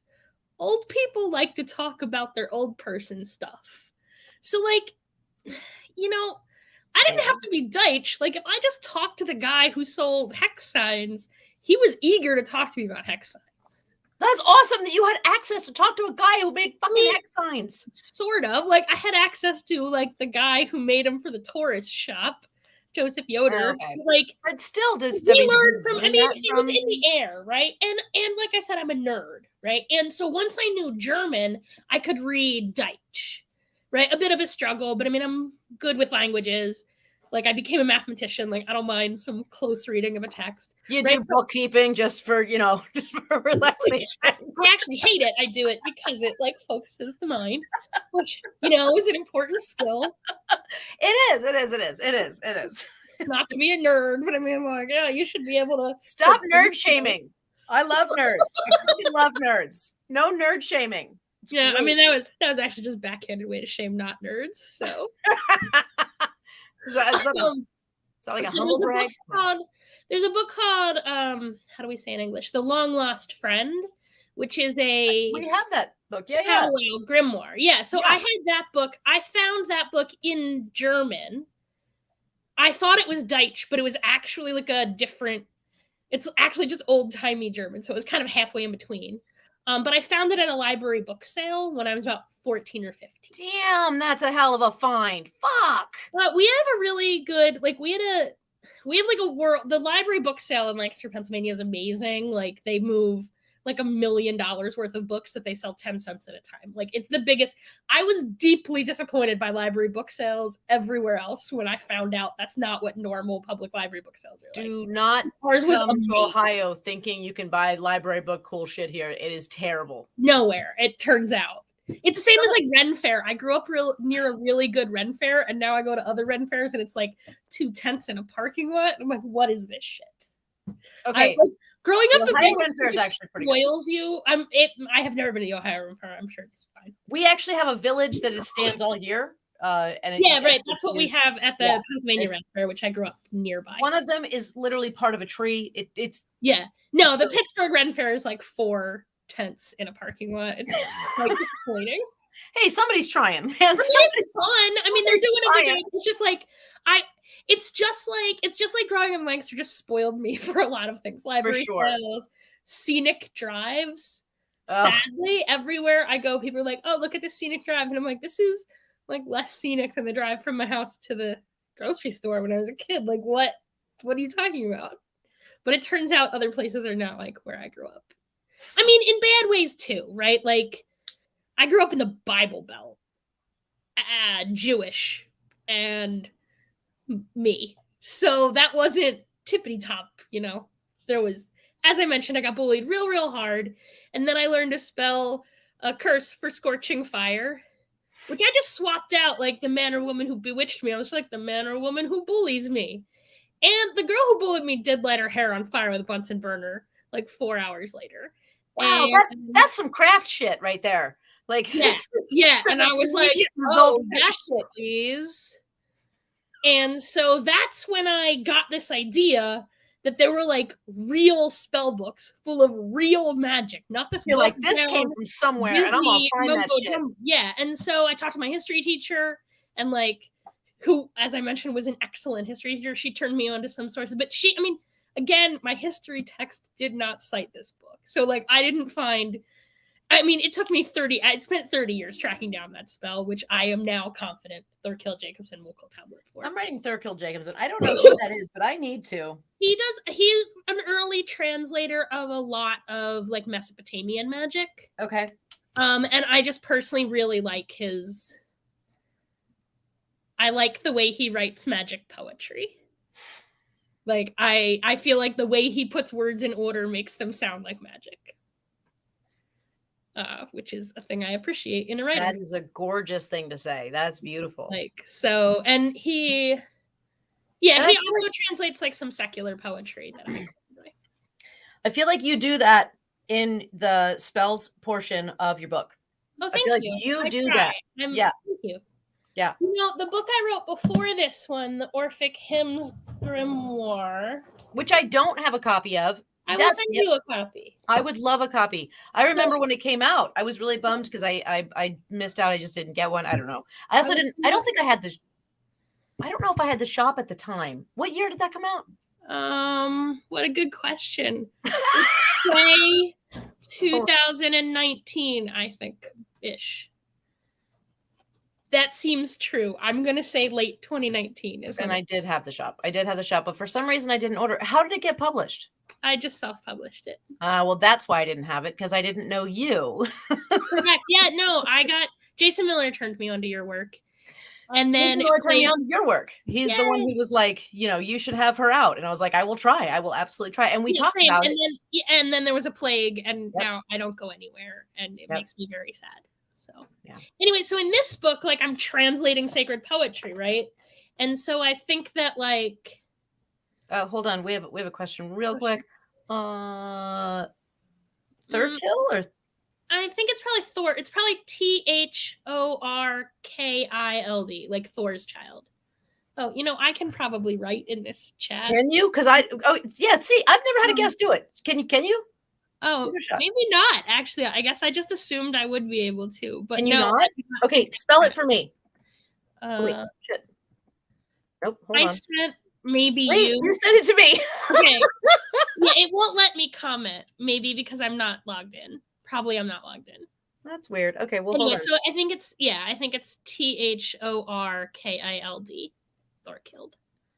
Thorkild. Well, it's actually just switched me to. Well, hold on. Let me see if I can fix. Okay, got you. Here we go. Yeah, figuring things out. I think, and if I had to make a bet, I would say Jacobson maybe has a K in it and not a C. I think that if you put in like any approximation of his name and Mesopotamian poetry, I am sure that Google will know who I mean. Like, he's a big deal. He's a big deal in terms of early 20th century translators of Mesopotamian sacred poetry. Like, we'll figure it out. Yeah, we'll find. Jean says that when I had Jason on, he talked about you too. Oh, did he? When I had Jason Miller on, yeah, he did. He totally did. Yeah, because I know that you had made a post about like, hey, where in the Midwest can I go to talk to people? And he was like, go to WitchLab. And then we talked a little bit, and then there was a plague, I think. And then there was a plague. And now the amount of amazing stories that I hear that I was like, oh, I was doing this thing and everything was going really well. And I'm like, oh, what happened? And they're like, well, it was then. Yeah, and now, oh, well, that was in February of 2020. See humans in Zoom, which is, I enjoy hanging out with you in Zoom, but I feel like this would definitely be better in person. It would. But you know what? I don't hate this. I don't hate this. At least I get to do it at all. Yeah, same. And honestly, without the pandemic, I wouldn't have started doing the show. I wouldn't have started doing interviews. I hate being on camera more than anything in the world. And so I put it off forever. Like, we had the shop open and it was always like, oh, we should do videos. We should do stuff. And I'm always like, yeah. Right? No, same. I would not do any of this if I had an option to be around people. Right. So the dream, right? The dream is to eventually be able to do this live, right? Like, whether at conferences or at WitchLab, like just being able to sit on a stage with 2 microphones and a live audience. Yes. Be able to just talk to each other. So I don't have to look at myself, because you know what I fucking hate? I hate looking at myself while I'm talking. I'd rather just look at you. Like, I just want to look at you. And I have these weird, like, I got these anti-blue light glasses, and now I have like a weird otherworldly purple glow on my eyes every time I'm on film. Maybe nobody but me notices, but it's quite noticeable. Your glasses look totally fine. But the thing is, I just want to look at you. Like, I honestly want to cover my stuff all the time, because I don't want to see me. I just want to like see my guest. Yeah. Like, I hate looking at myself. I actually hate being on video. I feel like the camera steals my soul. Like, now when I teach on video, I just make like PowerPoint slides so I can hide behind the slide and talk, and people don't have to look at me. That's because when you teach on Zoom, when you teach digitally, when you teach this online way, you don't get any of the fucking feedback from your class, and it sucks. And it's exhausting. I ask people to like keep their mics open. I love it. Like, I can hear people moving around. It's almost like real humans. I can hear them breathe in response. You can hear them laugh. I can hear them laugh. But then other students complain, and they're like, no, and now I have to go back to doing it in silence, which makes me sad. Which, like, I understand it's probably distracting but it's like the only way I'm not just like screaming into the void, which is not my favorite activity. Jean says, and drinks, audience microphone and drinks. Yeah. I would love to have a fucking like on the stage. Go away, little bug. On the stage, like interviewing somebody and an audience mic, so people can get up and be like, hey. Mm-hmm. So when you used that candle as a dildo, I'd love to know how you. I think was there a certain lube or? I believe if anyone is interested, there is a solar consecration from the PGM on my blog that involves putting a candle up your twat. But actually, I think it's a key. I think the candle's on top of your head in that spell. You may be the first guest I've ever had to use the word twat. I think you get some kind of award for that. I'll take it. I love you. Every minute I get to spend with you, I love you a little more. I gotta tell you. We should just do this every week. It'll just be like you and me, like, getting smashed, talking shit about. Well, I'm getting smashed. You're just on Robitussin. Yeah, I mean, yeah. There is like in Kabbalah we talk about like these veils that separate like humans from like the high heavens. I feel like there's these veils between me and the world. There's like a veil of mucus, like a veil of fever, and then a veil of Robitussin, through which everything I am saying is just like slowly permeating today. Well, you're doing great. I can tell you that. I just feel like I'm perhaps more composed in other interviews, but I'm having fun. Oh, and I mean, I It's not like I have secrets that I'm trying to keep and like, oh, I'm whacked out on cuffs, or I'm going to tell you. I'm like, I don't know if you know this. I will tell you all my magical secrets if Clearly. you will listen. That's- If you will listen, that's even if you won't. Like, I feel like every date I go on, turns out I just want to nerd out about magic. It's always I want to hear all the magical secrets, all the time, everything you've got for me. Yeah, this so far this is the most fun. Like this is the best interview I've done in a long time.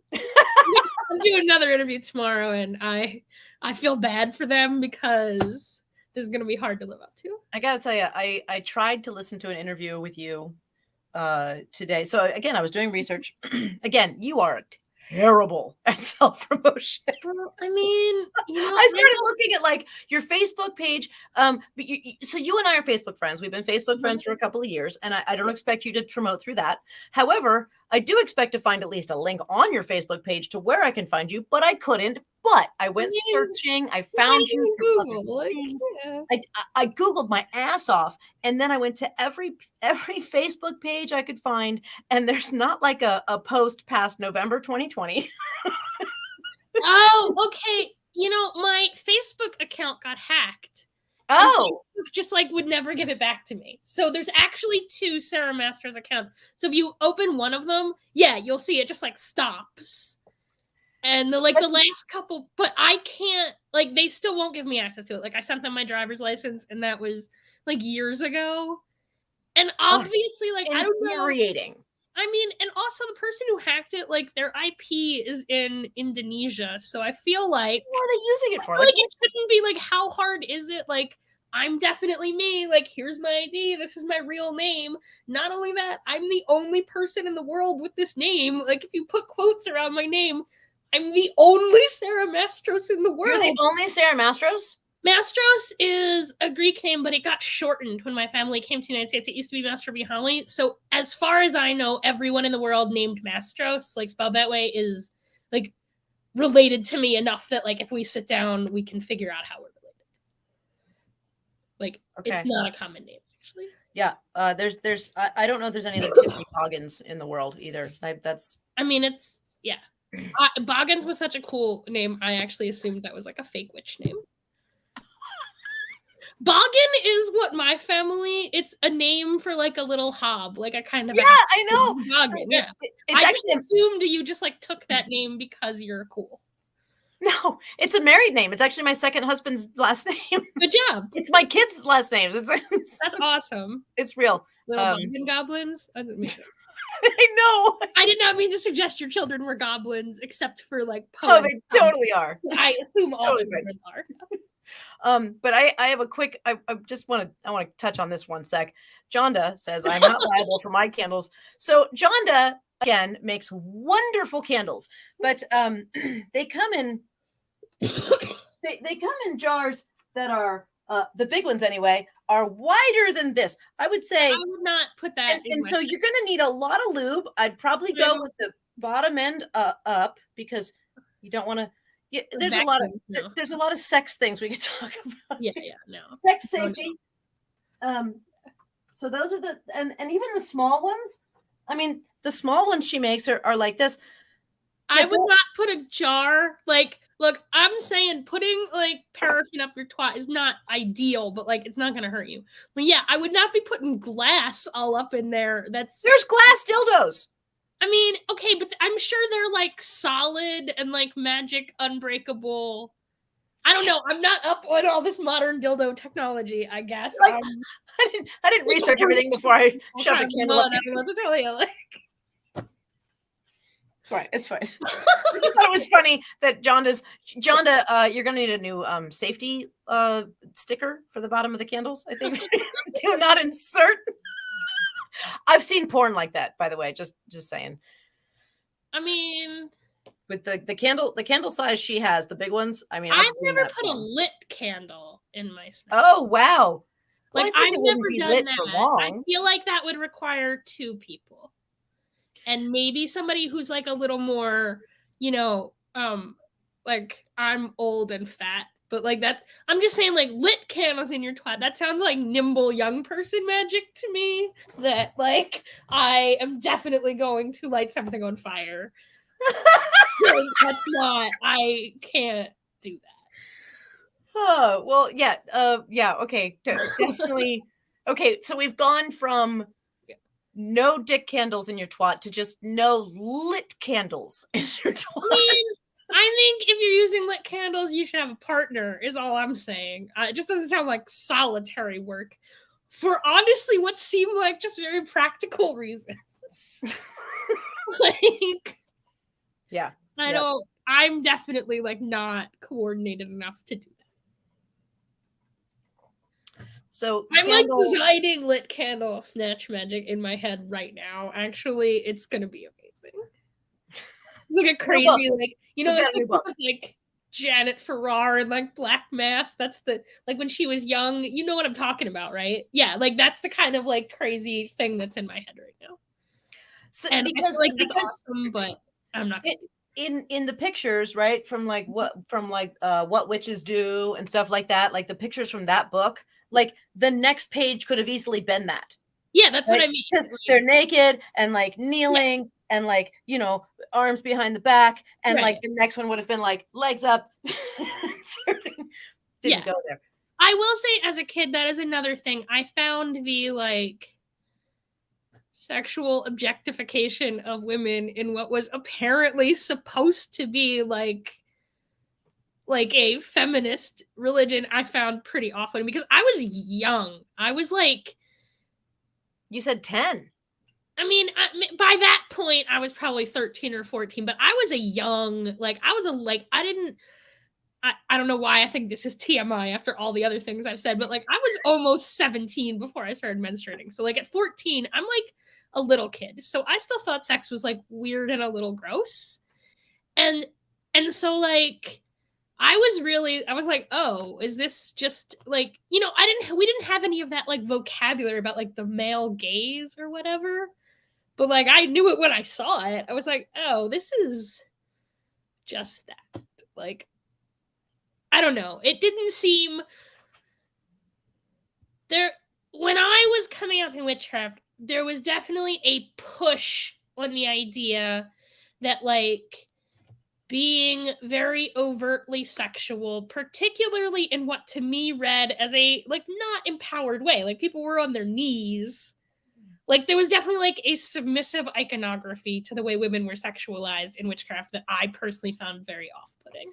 So I think I'm just going to play devil's advocate for just a moment. But again, I'm young in that story, so like I do not have a sophisticated like understanding of any of this. But I think that what you might be talking about is like the initiation, right? Like initiation ritual is very submissive in that way, right? And they always pictured women, but I mean, men were supposedly who were initiated also had to do the same things, but there were never the pictures of them doing it. That's what I mean. I mean, it was just like a vibe about the way it was just like.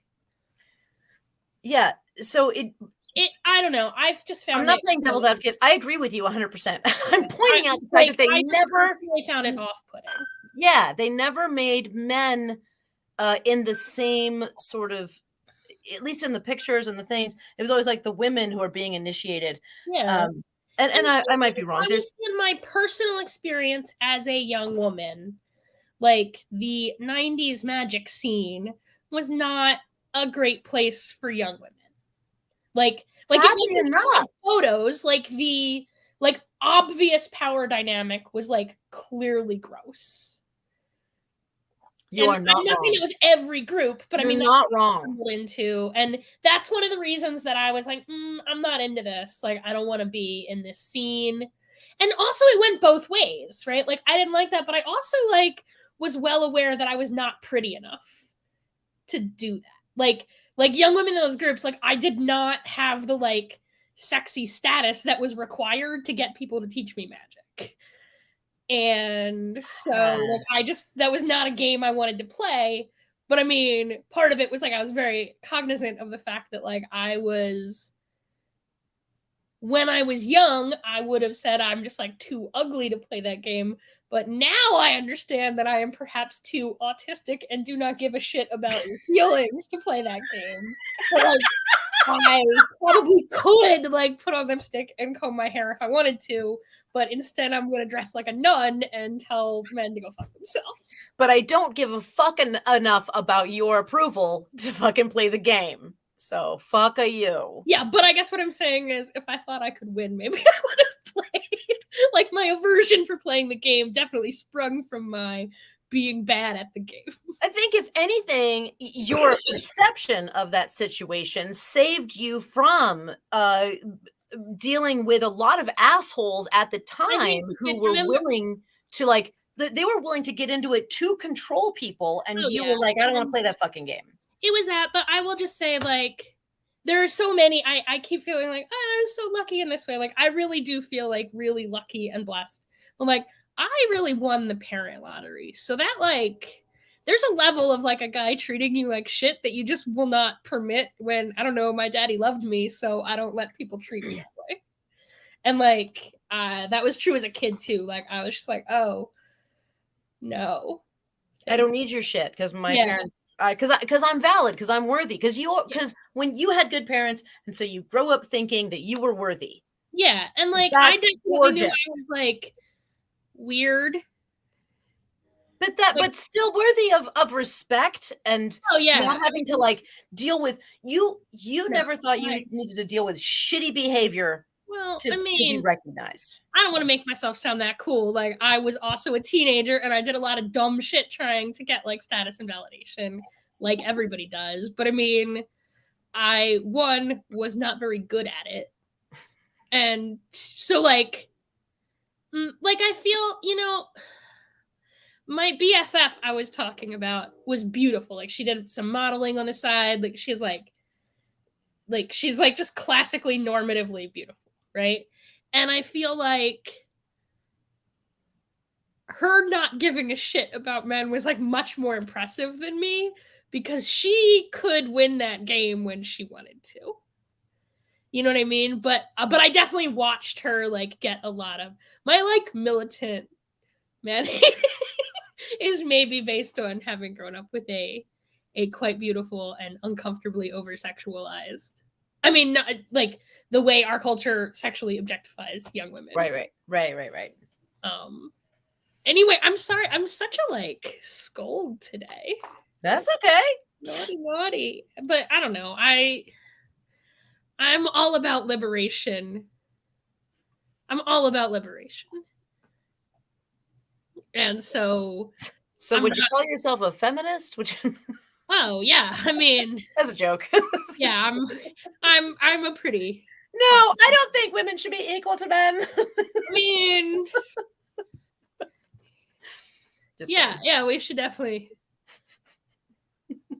I mean, I understand I'm supposed to say that men are just as good as women. No, I'm joking. I'm honestly, what I believe is that like gender is an oppressive lie constructed by our culture to enslave women and children. Like, that's what I actually think. You're not wrong. But I mean, I understand like the fact that that's the case doesn't make it like not a real thing that impacts real people's lives. Like, I'm not trying to tell other people they're wrong about what their gender is. Except in that way where secretly I believe the whole concept of gender is garbage. But no, like their gender is wrong. I mean, not okay. But like but saying that the constructs that your gender is supposed to be are definitely fucking wrong. I mean, I think they're designed specifically to like it's not that like the way our society constructs gender, it's not like it's like accidentally also oppressive. Like, that's its function. Like, the goal of it is to impose a hierarchy by domesticating women into cattle who can be forcibly bred. That's what I actually think is that, like... You're not wrong. Yeah. So I have a lot of complicated spiritual feelings about the domestication of women and how I'm opposed to it. And broadly also opposed to, like, domestication on a broader scale. Yeah. I am undomesticated. Like, I'm feral. Her milk's no good. You can't take it. She won't give it to you. But yeah, you have a lot of support here. Oh my God, can we be friends? Gender is a social construct. Okay. Lots of things are social constructs, and that like race is also a social construct, but that doesn't make it not real. That doesn't mean that like racial privilege isn't real. Like gender privilege is real, like cisgender privilege is real. Yes. But like gender is garbage. It is. But if people find value, like I understand that many people have found gender expressions that are like important and valuable to them, and the fact that I don't understand the value in it does not like diminish. It's not up to me to be telling other people that it is not real for them. I'm not the whole fucking judge and jury, people. I just got opinions. I know I have like a nun habit on, so like I seem really judgy, and I am really judgy. Like that's a fact about me. But you know, I'm in favor of liberation. So I'm in favor of everybody being the most liberated, undomesticated version of them that they can be. God, fuck, yes. Yeah. Yes. That's my little deal. Hail the feral. Jim is right. Hail the fucking feral. Yeah. I love this idea of just being fucking you no matter what, like regardless of what the things have been put on you, just however it is that you feel you are, just fucking be that. Yeah.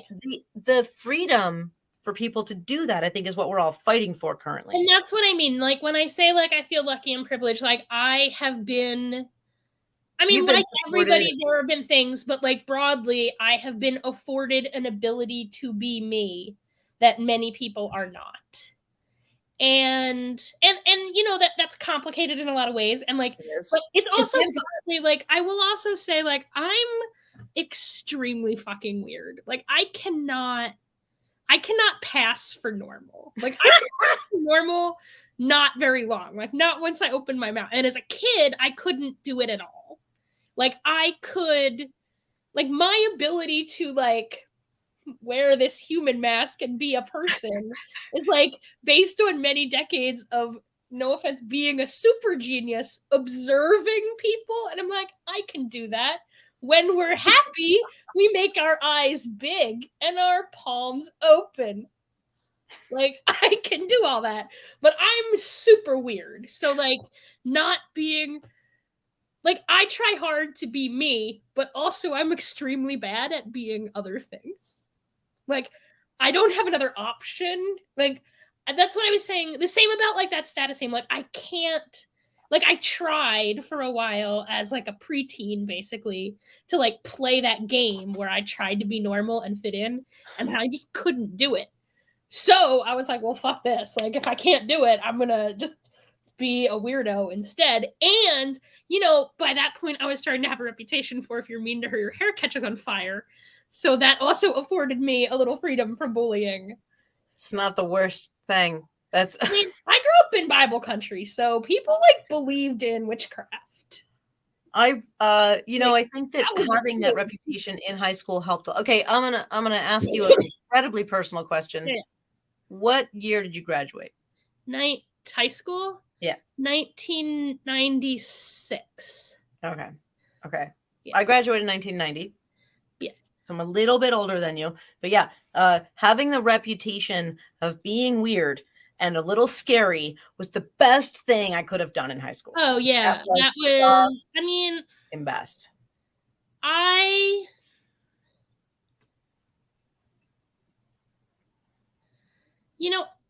grew up knowing that almost everybody I interacted with thought I was going to hell and chose to worship a creature that was definitely going to send me to hell. And that was surprisingly liberating because I was already going to hell for being Jewish. So I might as well also worship the devil. Right? I mean, steer into the curve, friend. Steer way into that fucking curve. I mean, that's kind of how I felt about it. I was like, oh, well, that guy wants to curse my whole family for being Jewish.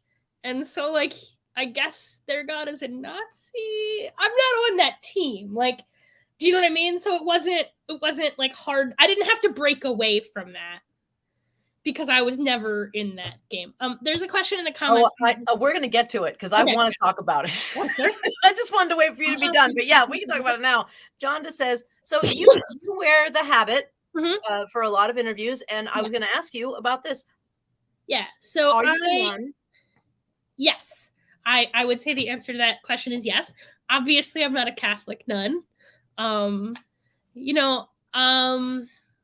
I am part of a very small, still in the process of building out monastic group called the Sisters of the Crocopeplos. It's sisters, but like you can be any gender. Like I don't know, like when it was presented to me, it was called Sisters of the Crocopeplos, and it's got this whole like imaginary history, which I am in no way saying is true, right? That it's like founded by Iphigenia after she is. So Iphigenia, let me think about how to make this story short. Iphigenia is, let's say, I'm going to just tell it my way. So once upon a time in ancient Greece, right, they have a matrilineal royalty, right? So like you become king by marrying the queen, right? And the queen's children, like the queen's daughter is the next ruler, right?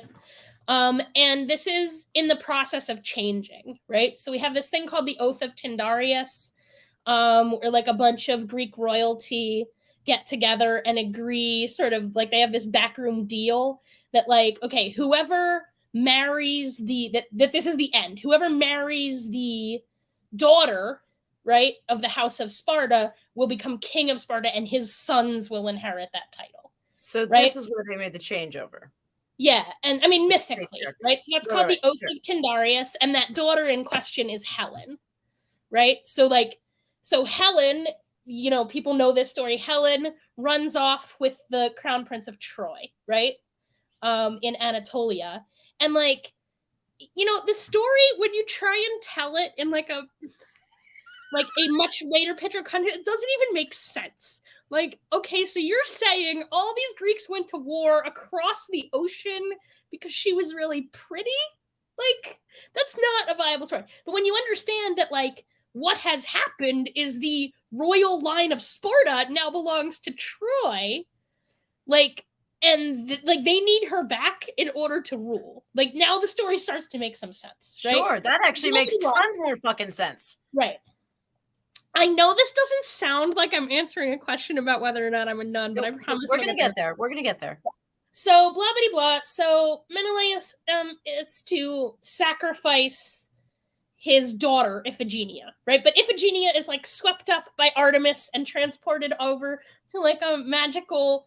Again, I want to be clear. This is just a story I am telling you right now. I'm not saying that, like, Homer taught this story, right? So she gets swept off to like this magical witch nunnery, basically, where she learns this foreign witch nunnery about the goddess of the Crocopeplos, right? So the goddess of the Crocopeplos is better not. I encourage people not to think of her as a singular goddess, but rather as sort of a coterie or collective of many goddesses who are described as wearing the Crocopeplos. So Crocopeplos is just a Greek word. It just means yellow dress. Right? Oh, it's an okay. Yeah, like croco is the color of saffron dye, crocus. And then peplos. Yeah, and then peplos is a kind of a dress. Okay. Right? And so it's an epithet that gets applied to a lot of goddesses, usually celestial. And so Homer uses it most often for Eos, the dawn, right? And like dawn wearing a yellow robe, that makes perfect sense. And then it gets applied to a lot of goddesses, but sort of its core usage for me is when it's applied to lunar goddesses, right? And so I understand, so Hecate, for example, is often described as wearing a Crocopeplos. Selene is described as wearing a Crocopeplos. And so the image I always think of is like the moon shining through clouds and like the whole like area of the sky becomes amber. So in the daytime, clouds occlude the light. They make it darker, right? But at night, moonlight is like refracted prismatically by these clouds and it's made much bigger, right? And so that sort of zone of glow around a moon shrouded in clouds, that's what I think of as the goddess of the Crocopeplos, is like that magical area of learning, liminality, and liberation is sort of the core of the goddess of the Crocopeplos. So I am a sister of the Crocopeplos in service to the goddess of the Crocopeplos. Learning, liminality, and Liberation? Yep.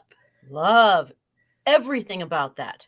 Yeah, so it's a really small monastic order. If you crocopeplos.org, you can learn a little more about it.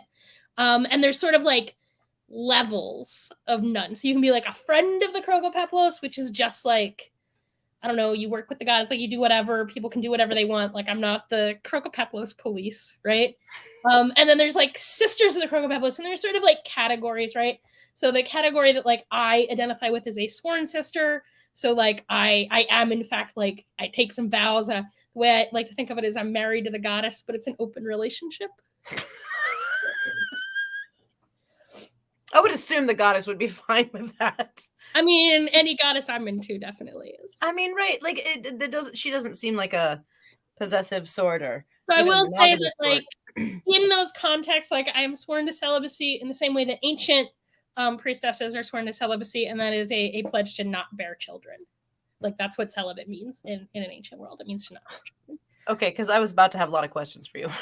Okay, gotcha. I mean, I don't know. There's been a plague, so like at this point, I might as well just be a nun. I don't know ever. Like I genuinely don't remember the last time I met a single man that like I hadn't already slept with. like there's like or I haven't slept with them or I've ruled them out. Like I never meet strangers anymore, right? Like I do see people, but it's like 10 people who I love, but like I are not appropriate places for me to catch a little strange. For like a complex. God, I love you so much. Thank you. That's amazing. The feeling is very mutual. I wish I'd gotten to know you a long time ago. Oh my God. I feel like we could have been long lost sisters a long time ago. I agree. Yeah. So celibacy, and then I'm also deeply invested in the idea of like communal living, right? Like to me, the core of monasticism, like the core draw that I have to it is the like commune part where you like, but I will say it turns out nobody but me wants to be like, everybody says they want to be like a witch nun communist until I'm like, oh, you know, like a nun, like no kids and you can't own private property. And they're like, oh yeah, no, I didn't mean that. So it's slowly growing. It's slowly growing. There are other people, but like my, you know, a long time ago, Hildegard von Bingen came to me in a dream and charged me to like found a witch abbey. So I'm still working on it, but it turns out one, founding an abbey is quite expensive, and as I mentioned, I'm unwilling to do any career-driven marketing things, so I do not have monastery founding money. But also, more importantly, like it's actually not as expensive as you might think. It turns out people mostly don't want to live on a witch commune. Like they say they do, but then when you're like, oh, but like an actual kibbutz where you have to like communal property, like communism though. And they're like, oh no, I didn't mean that. I definitely still want to have a retirement fund. That's not. It's like, yeah. It's a hard sell. Like what you're talking about. It turns out nobody but me has a calling to be a witch nun, but that's okay. Like I will continue. I mean, it's not nobody but me. There are a couple other people, and like I do in fact hope that over the next probably 10 years there will in fact be like a physical like abbey. Listen, man, what you're saying makes a lot of sense for a lot of people that I know. A lot of people that I know would be like, fuck yeah, that is exactly what I'm looking for. Yeah, so, you know, you just have to get the message out there. What is it? crocopeplos.org. But also, I guess if you crocopeplos.org is easiest. It's not actually. That's a terrible. How do you spell that shit? Like what? It's spelled like exactly like it sounds. Actually. It sounds like Cocoa Pebbles. Okay, so like it needs to be a little bit easier. I mean, does it? And I'm not trying to be disrespectful, but it's just like it. I understand that Crocos Peblos, right?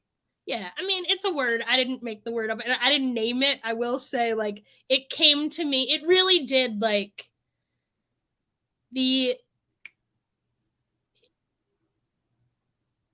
I'd had this idea of like a witch abbey for a while, right? Somebody that I've been working on, but they like say it's down. Your site's down. What? Your internet shit is terrible. You need a fucking assistant so bad. I mean, I know, but I don't. I mean, it. Do you even have a website?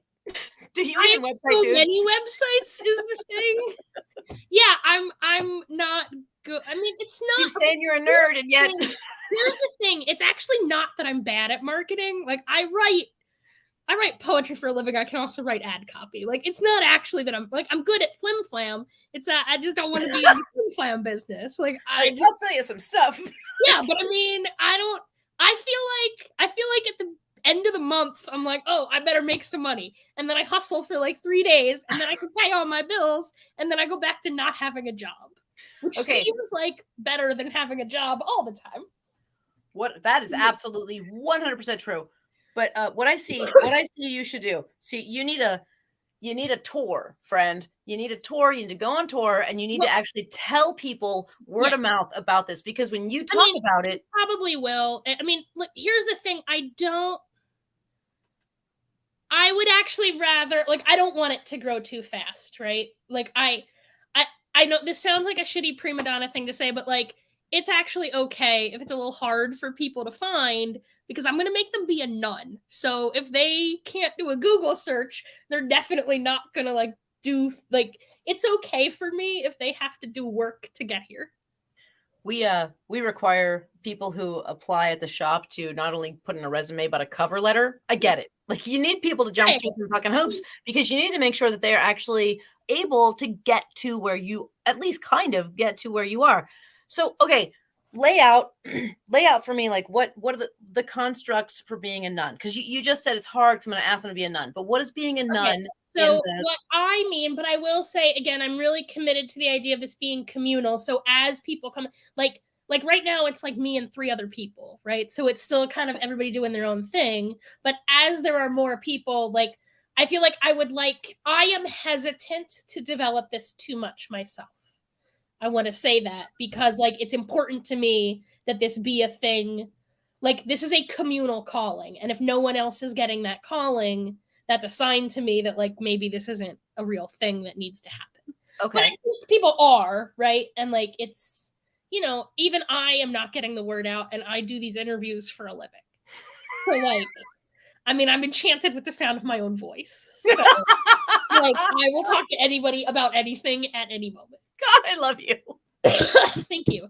So to me, like, the core elements, right, are one, like, for me, so the kind, I think of there as being basically 2 kinds, right?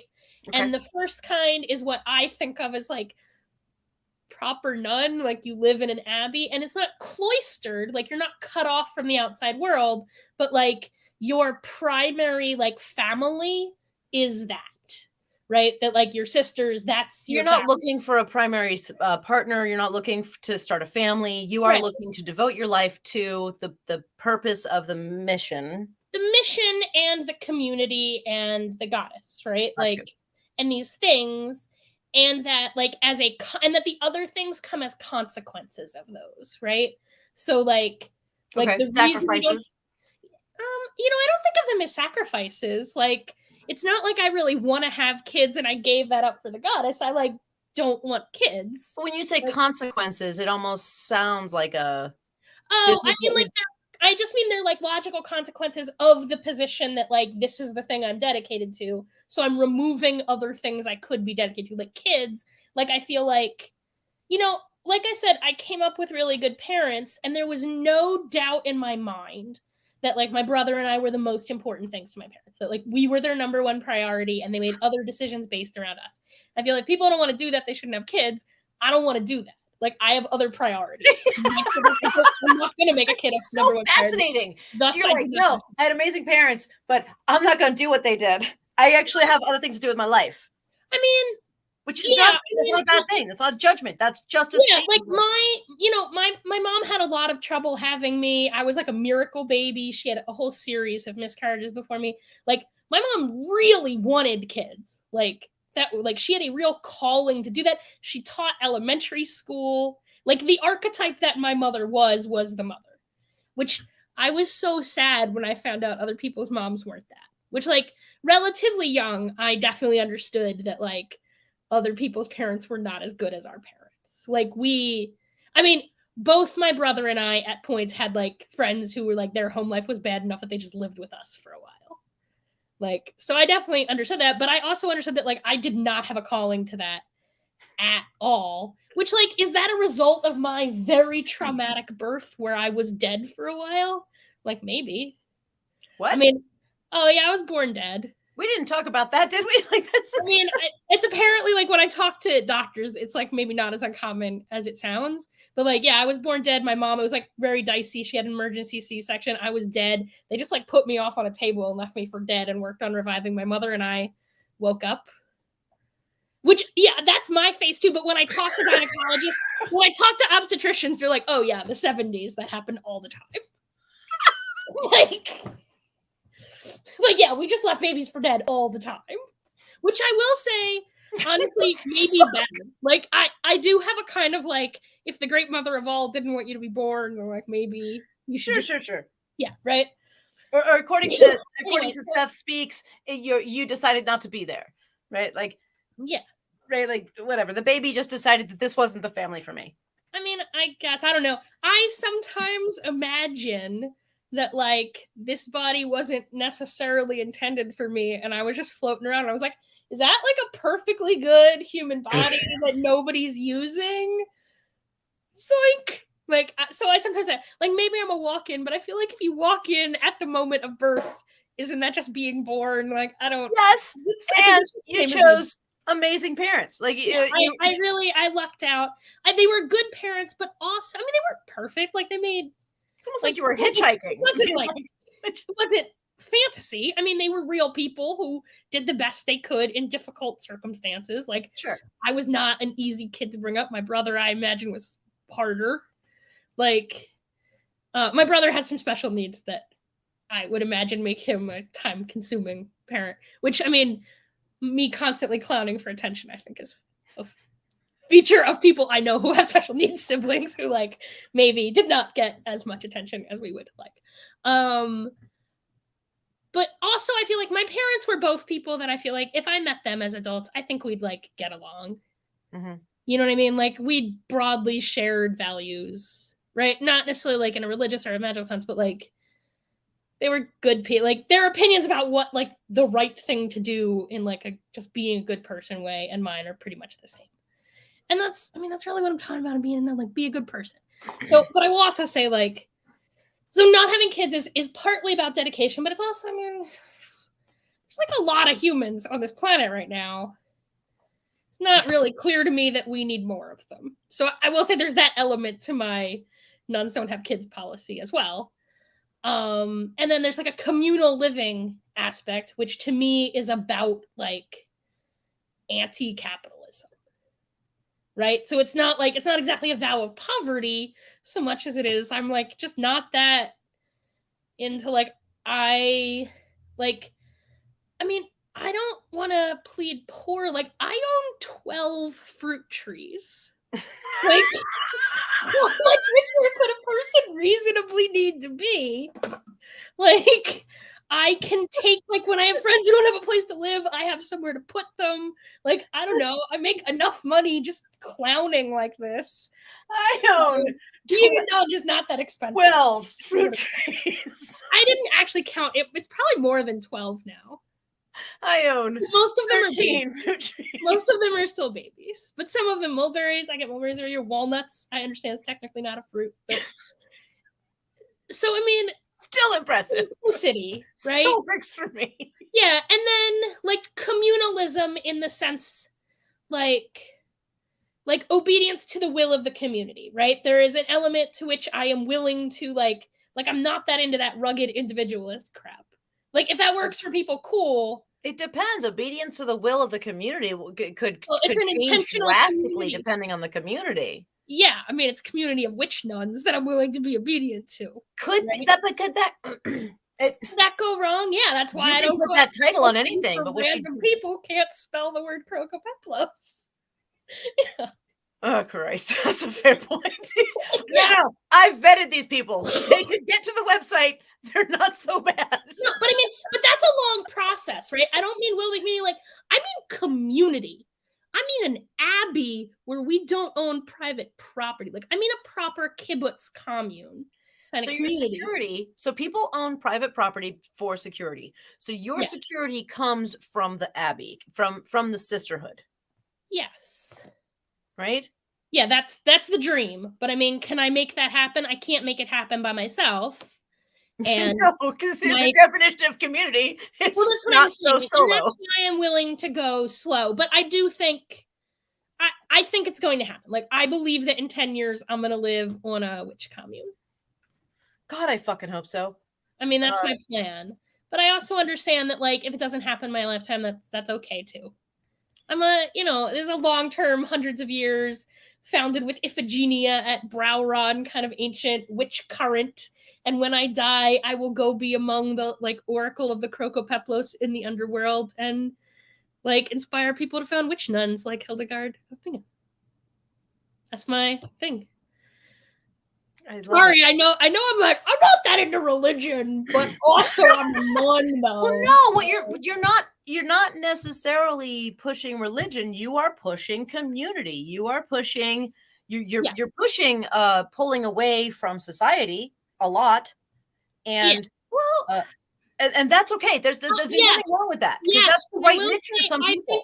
I think it's important. Like, it's not a cloistered order. Like, I don't want to go live on a crazy, like, wilderness commune in Alaska and never talk to people. Like, I do feel a calling to be, like, in the world, pushing on society. That was my question. Can I visit? Yeah. So in my fantasy world, we would have, like, camping festivals all summer. So it would be like, people come and stay at, like, an ashram. So people, but particularly maybe young people, would come camp on our farm in the summer and, like, live with us witch nuns, and then they would be like a community of old lady witch nuns. So this is when that's the a nuns fantasy. Get the strange, right? Like that.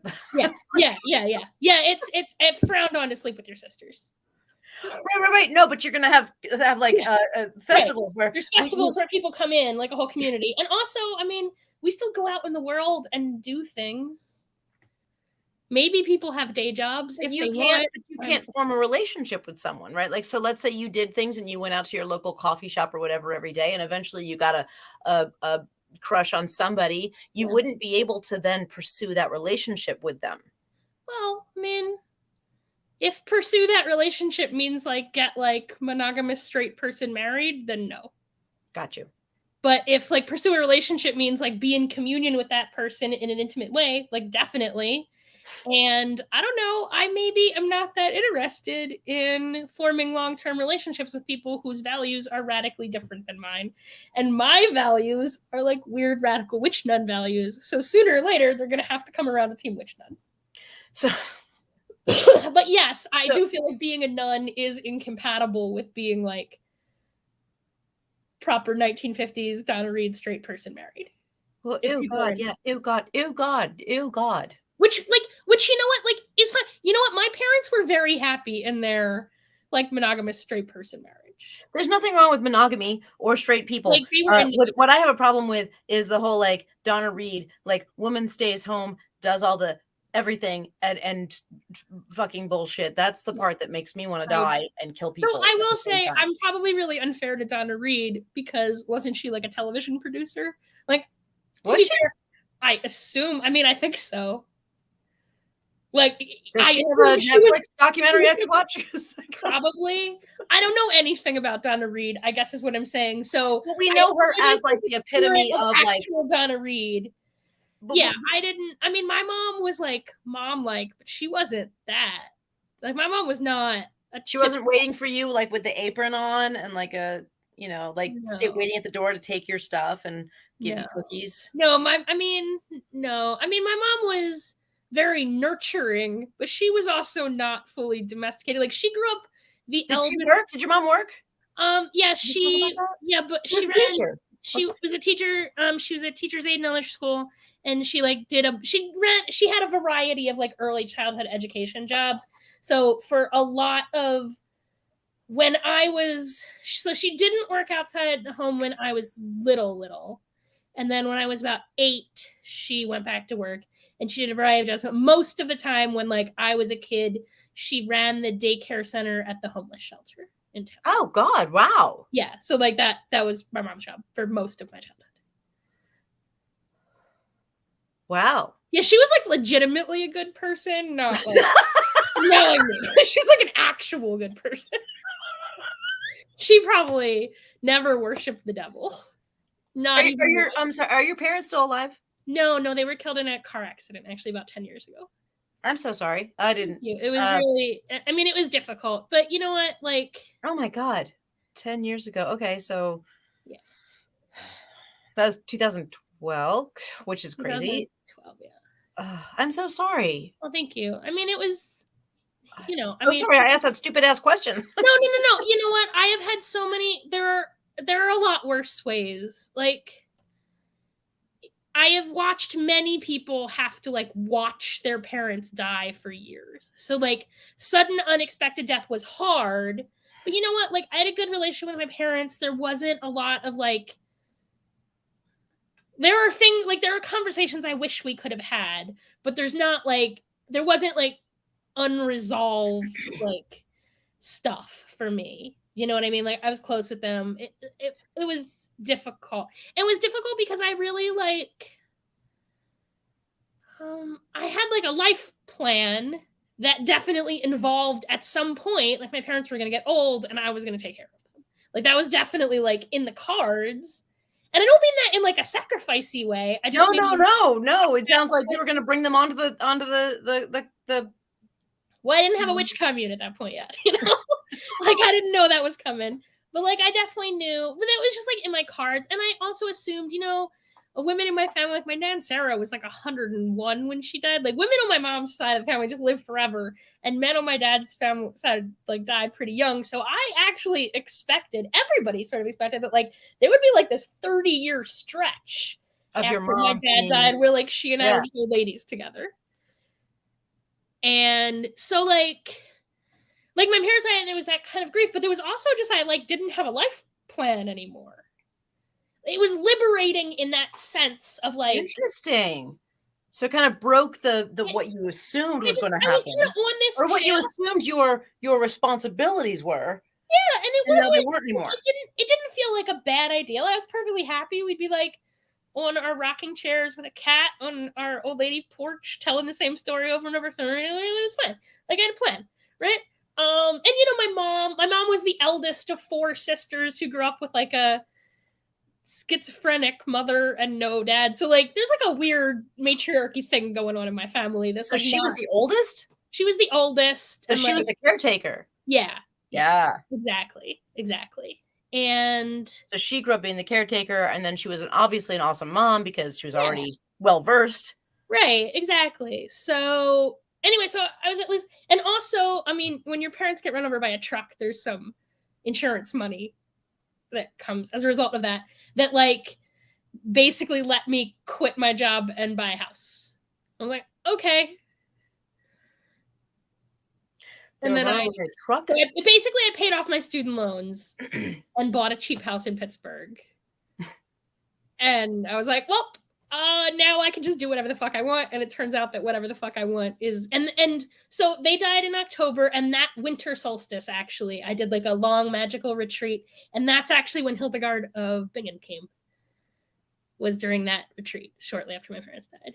Like, you should have a witch abbey. And I was like, to give you direction.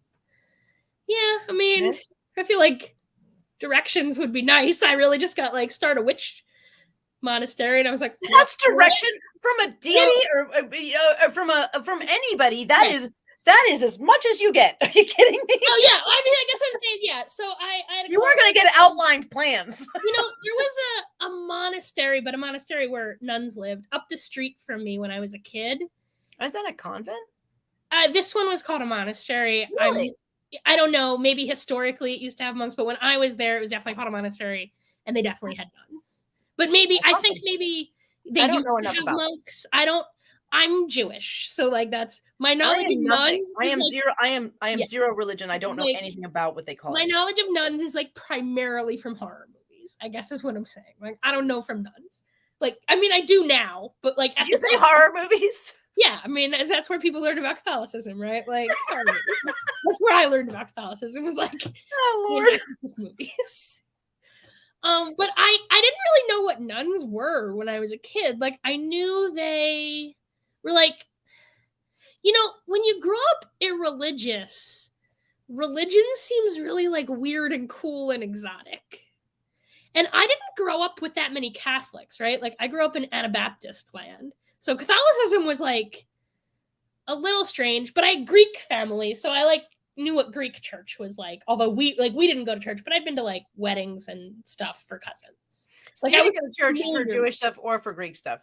Oh no, my family was quite irreligious. I mean, we were Jewish, so as like a cultural identity.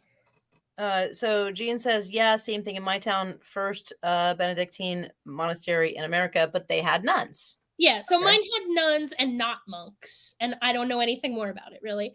But all I knew was that they like wore robes and like lived in a castle with a magical garden with a statue of a goddess in it, and there were no boys allowed, and they just like studied and chanted all day. And so like they were basically wizards, and that seemed amazing. And I never stopped wanting to live in a castle with no boys allowed and just chant and study all day. So now that's what I do. But now I have been very jealous of the very like direct-minded people who can go and follow that dream of living in a place of worship that is highly spiritual, whether it's nuns or Tibetan stuff or whatever, and just do that. Like, so that is what you do. Me too, but I will also say that like I am deeply, deeply skeptical about organized religion. So like in practice, so you have to branch out and make your own, right? Yeah, it's complicated being so thoroughly opposed to organized religion and also having this calling to organized religion. It's a complicated feature of my life, I guess. Complicated is a it's a light word. Yeah, I mean, I just do whatever.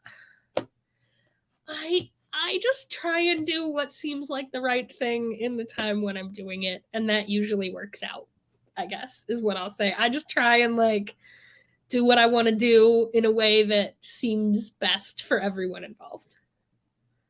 And I am like lucky and privileged to be able to do that.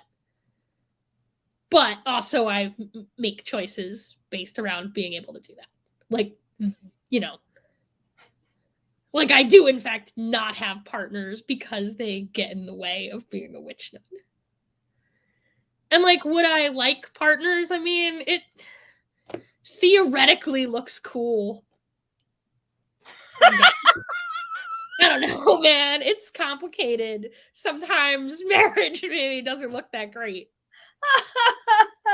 But then I'm like, oh, but I probably would marry a handful of witch sisters. So I have questions. As a nun of your organization, are you allowed to have boyfriends? I mean, I'm not like in the business of telling people what they can and can't do. So but they can't have kids, and they can't get married, and they can't bring those boyfriends to live here, right? Well, I mean, they could bring a boyfriend who like wanted to become a witch nun commune. Yeah, definitely. But no kids. But no kids. I mean, look, the kind that I am, no kids, right? But I am very open to the idea that there are many ways to be a sister of the Crocopeplos, right? Okay. And that like there are other kinds of nuns. There's this kind of Catholic nun that is like a little obscure. I don't know that much about them. And I don't know how to say this word, but it's called like Sarabite or Sarabieti, which is S-A-R-A. It's like Sarah bait. Like it's just bait for Sarah.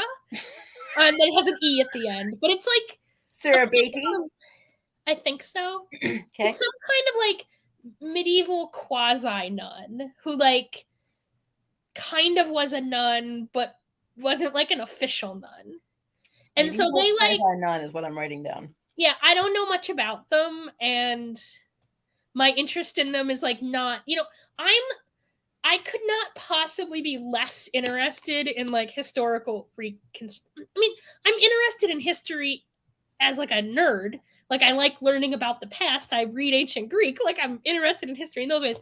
But I have no interest in, like, reconstructing ancient paganism because That's fair. I mean, I don't live in the Bronze Age. I don't want to live in like my only interest in like pre-Christian paganism is in how it allows us to create a post-Christian world. Like Fair. That's what am I for? So like I'm interested in the ways other cultures have like constructed monasticism as like illustrative examples, but I'm not trying to like reconstruct some kind of ancient thing. Like I'm not a Vestal virgin. I guess technically I like kind of am a Vestal virgin technically in a very technical sense where maybe I am, but also no. You know, virgin also historically meant you hadn't born children. Right. Yeah. You know, men really want to think that like a dick going in your vagina is really transformative, but it's actually a human being coming out of your vagina that I hear is transformative, but I don't know from that, and I don't want to know from that. I don't know from that. Yes, I don't know nothing about birth and no babies. It's not my scene. I'm not into that. But again, I mean, I am very open to the idea that my extreme birth trauma, which I do not consciously remember, but I assume was a super traumatic thing to have had happen to me, where I was like untimely ripped from my mother's womb. Not unless you were just some like the thing floating around that took up that baby's place because that baby was laying on the table not fucking doing anything. I mean, maybe I will say that I'm very much like my parents personality wise. So it's actually, I have a pretty strong connection to my ancestors in a way that seems unlikely if I just snatched this body, but I don't know. A person is just a temporary conglomeration of many things being held together by the vessel of a body. So like, which of them are me? Like they're all me. They're all me now.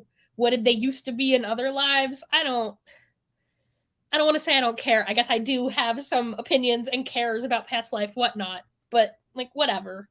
I feel like the most liberating thing about growing up Jewish-ish is that like I'm just not that like I don't know what happens when you die. Like I guess I'll find out when I'm dead. I'm not that it like doesn't seem like that big of a deal. I'm not gonna run my whole life about what happens after I'm dead. That seems like a not wise way to plan out life. Fuck yeah! Oh, 100%. I would like to give applause on that. Don't live your fucking life on what's going to happen afterwards. Yeah, right? I'm going to do this one. But I guess what I'm saying is I'm going to do this one. Yeah, sorry I keep blowing my nose. Oh, please. Yeah. I guess what I'm saying is my extreme aversion to the idea of giving birth to humans. Like, I don't generally think of myself as, like, gender dysmorphic. But when I think about, like, having a baby and then giving birth, I am extremely, like... There's like a body horror. Like I have nightmares about babies like clawing their way out of me sometimes. And what I'm saying is that because of that like traumatic birth experience that I just don't remember? Like I probably like I don't know why and I don't care why. Like I don't want to have kids. There's enough kids, so that doesn't seem like a big loss. Like I'm not so dope that there need to be more of me. There are enough kids. I agree with that. We do need less humans on the earth. I agree with that 100%. Idiocracy is a thing. It freaks me out a bunch. The amount of people I read a lot of history. People were dumb before too. It's not like people weren't like more than they used to be. Like probably smarter. I would say on average humans are much smarter than they used to be. I don't know. No, I encourage you to read more history. The people used to be really, really dumb.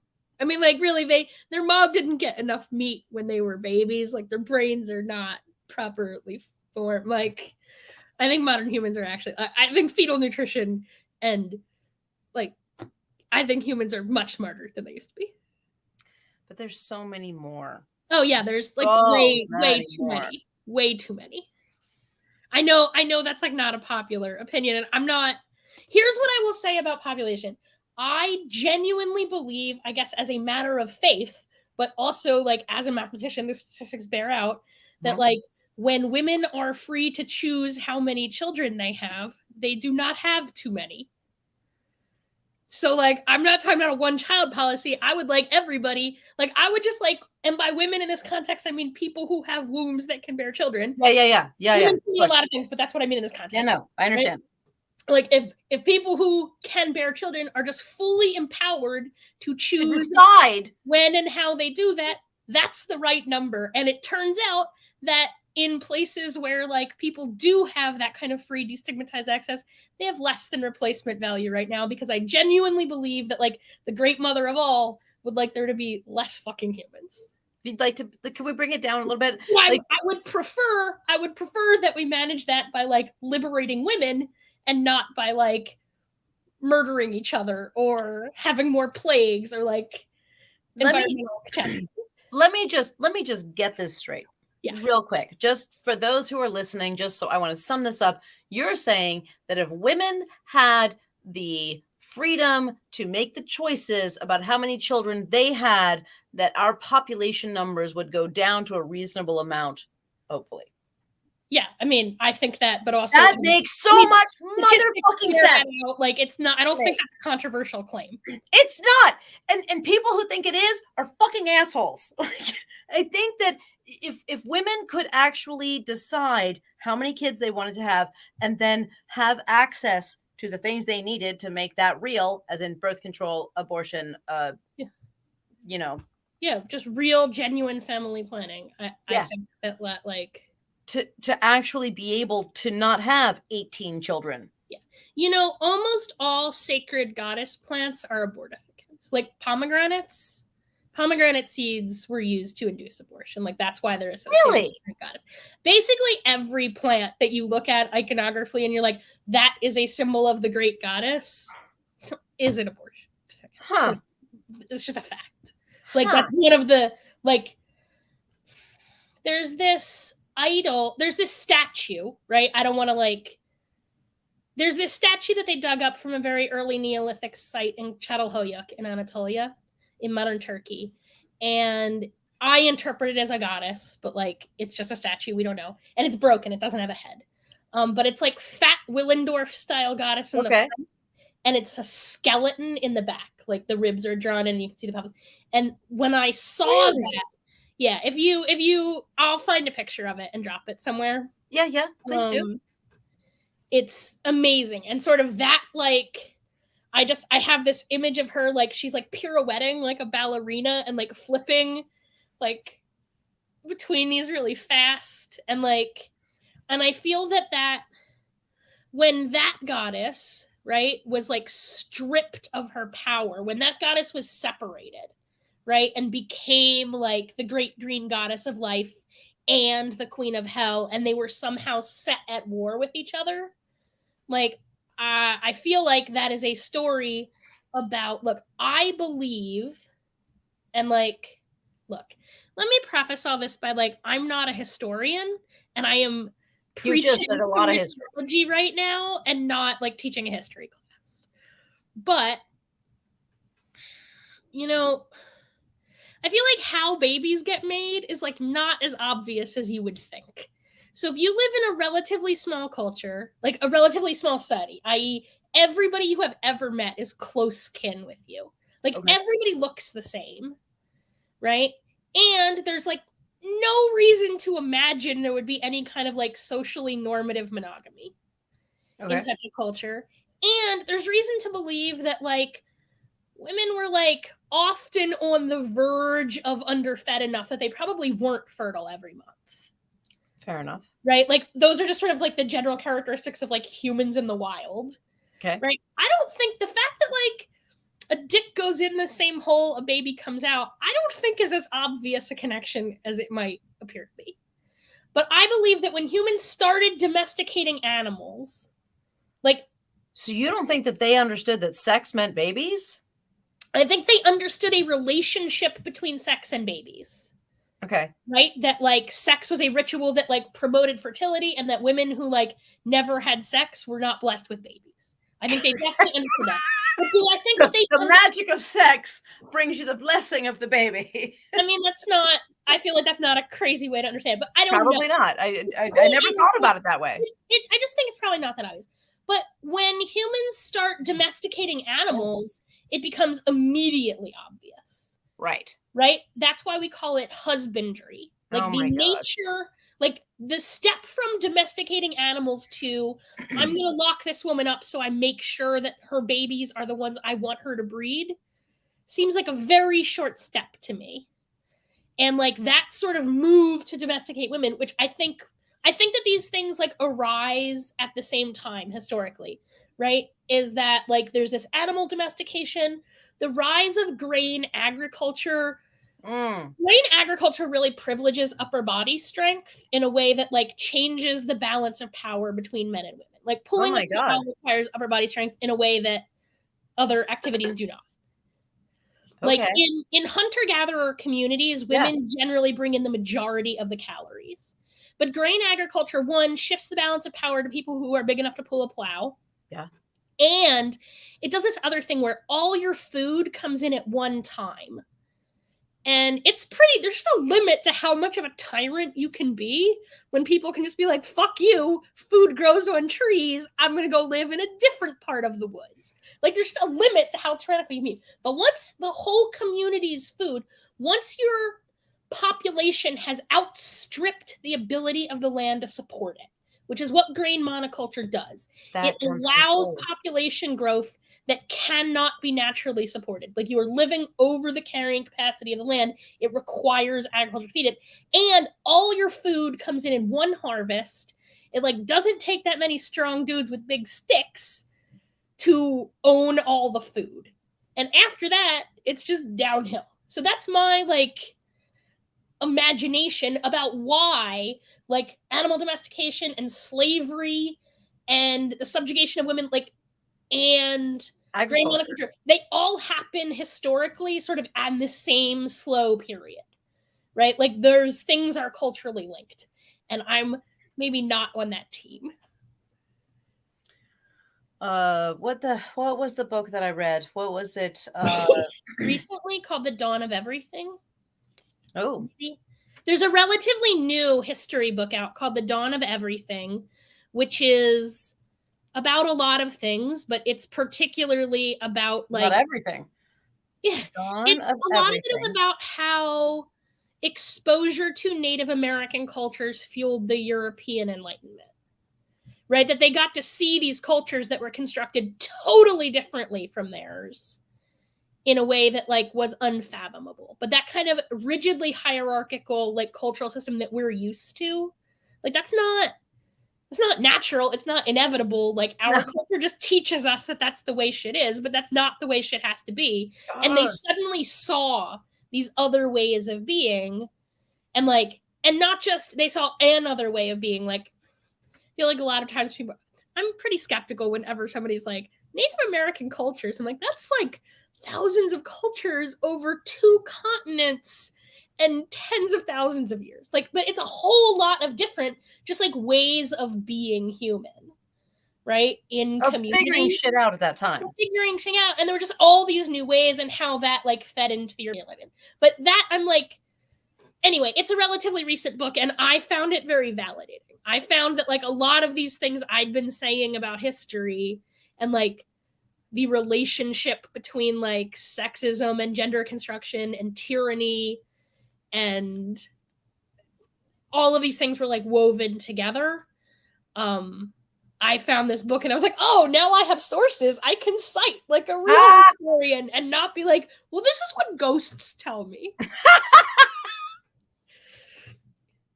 But so you love sources. I mean, it's easier to look things up when they come from a book than when they come from a ghost, which is not to say like I feel like my unverified. Somebody put that on a t-shirt too. Somebody who's listening, please put that on a t-shirt too. I assume no one is listening at this point. We've been talking. Oh no, we've got watchers. We're true. People. Awesome. Hi everybody. We're at 2:48, like 2 hours 48 minutes. We have 12 people watching still. All right. Well, I'm yeah. So I guess I feel like this is your soapbox, man. Go.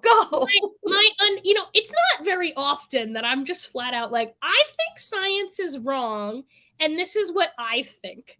But I will say, on the occasions that I have said that, over the Still last here. 20 years, I feel like Still here. archaeology is Still catching here. up with me. So when I say Yes. things like personally, I believe the Americas were inhabited way earlier than we are taught. That's a thing I believe. By invading people, not just so what do you mean? And what do you mean? I believe there were humans in the Americas well before the Bering Land Bridge opened. Oh, okay. That makes sense. I mean, yeah, but I'm just saying archaeologists say I'm wrong, but I will say over the last 10 years, they're coming around to my point of view. And I feel like I told you every time somebody posts a news article about, oh, they found some bones they can't explain. I'm like, yeah, I've been telling you this the whole time. Like, there were humans here way earlier than we are taught. Just stuff like, I don't know, like, there are not that many times where I'm like, no, historians are wrong and I am right because a ghost told me so. But I'm just saying, when I say that, I'm usually right. Your sources are pretty good, I gotta tell you. I mean, ghost sources, I mean, they know more shit, about the past. I think that they do. So, but also, I don't know. I mean, I read a lot, and I'm technically a super genius. I don't know. I think about things a lot. A thing I can do by not having kids or a job. It leaves me a lot of time for just like thinking about shit. Are you a fan at all of the book Geek Love? Yes. Okay.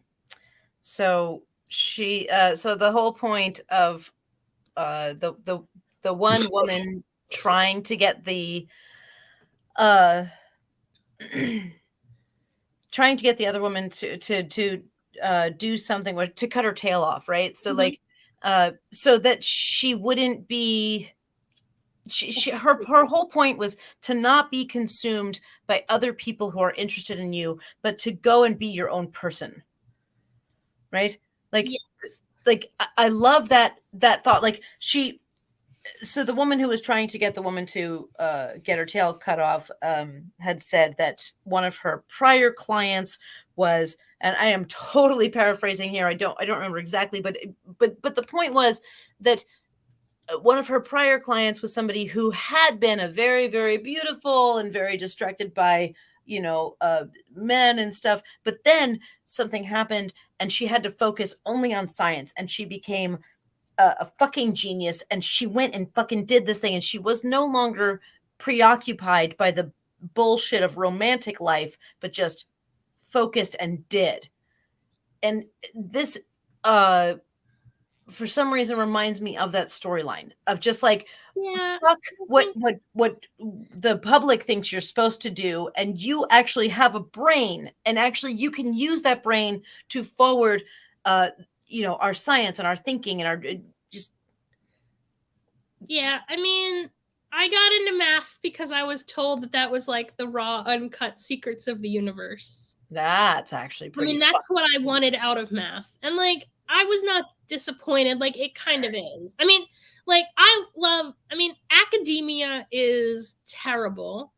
And math academia in particular is just like a toxic cesspit of patriarchy. Like, I have never been in environments as sexist as like math departments. I can't imagine. It was. Yeah, and also, like, I know nobody but me had to try it to find this out, but doing math all by yourself in a tiny cinder block room 16 hours a day is, like, not as fun as I thought it was gonna be. I guess. But looking back, I can't fathom, like, here's what happened. Like, I, as a little kid, got in my head that like being a mathematician is what smart people do, and that like you could prove you were as smart as a boy by being a mathematician. And so then I did that, which like I am as smart as a boy, so that worked out. Like, I wasn't good at it, but like it turns out I'm smarter than like most boys actually, and also most girls. But like, did you have some sort of certification that says I am smarter than boys? I mean, yeah, but it actually just got sad over time. Like, Yes, I have trouble finding men who aren't dumb. Like, that's a fact. But I wasn't. The way I often say it is that like the daughter my father wanted me to be was Athena, right? And the daughter he got was Artemis. But I'm not bad. They're not so different. And in some ways, Artemis is amazing. Yeah, I mean, I'm way better. Sorry. Agreed. Agreed. But I mean, I wasn't bad at being Athena. So like, in some ways, I think like when your parents' expectations are very far from like who you are, it's maybe like pretty easy to break away from those expectations. But like, That's fair. I was on this path. I was doing well at it, and I didn't hate it. And it really wasn't until like toward the end of graduate school, it kind of like sunk in that I was just signing up to do this for the rest of my life. And that did not seem good. Like, I did not want to do that. And, I was teaching, at that time I was teaching for the philosophy department because they paid more than the math department, weirdly. So I was teaching That's interesting. Well, the University of Pittsburgh has like a world-class philosophy department, but as you might imagine, most philosophy graduate students can't actually teach logic because they have like 2 semesters of logic and that's all the logic they got. But I had a master's degree in math, so I was teaching logic for them. And I was having this conversation with my teaching supervisor, who's a philosopher named Mickey Perloff, who is now dead. But I was just saying, like, all I ever wanted to be was like a natural philosopher, like Aristotle or Bacon. And he was like, you know what those people did for a living, Sarah? They just like taught rich kids. Like they were just rich kid tutors. And I was like, oh, I can do that.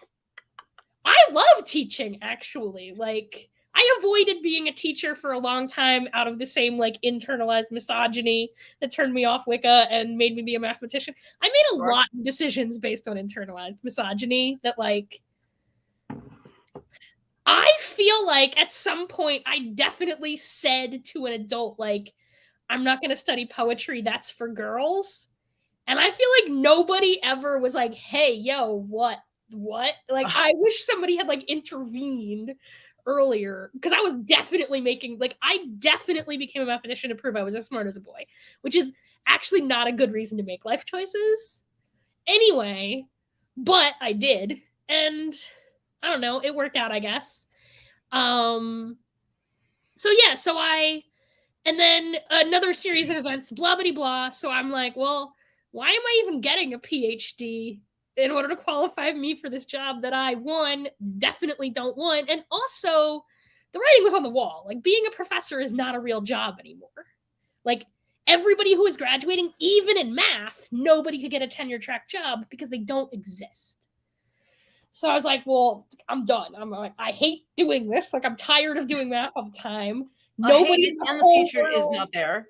The future's not there. Like, I'm just going to go teach rich kids, which I enjoy. So then I just sent a bunch of resumes to a bunch of schools because I couldn't teach in a public school. So I just sent applications to like private schools. I taught in private high school, and I just genuinely love teaching. Like, I already liked it in university, but like I do love teaching. Like, it's my favorite. I bet you were a fucking amazing teacher. You are so you're so personable and real, and you're excited about things. And this is the kind of shit I loved from the teachers that I loved. They were like you. Yeah. So I try very hard to be like the teacher I wish I had. Like, I wish Miss Mastros had pulled me aside and been like, hey, what are you doing? Like, don't do this. Is all dumb. Here, maybe you should be a witch. I don't know if you knew that was an option. Right? So I did that for a while. And then, I'm not a great employee, a thing I have been informed by every boss I have ever had. I don't take direction very well, but I'm very good at my job. And also, for young people listening to this, there is a desperate national shortage of math teachers. So if you are even remotely decent, you 100%, like, they couldn't fire me. Like, there was no, I mean, I know because I had to hire a replacement for me, and it was impossible. Like, I was offering $90,000 a year. Like, I finally hired somebody who like only kind of spoke English because that was the best because people, I don't know if you know this, but most math teachers like maybe don't know that much math.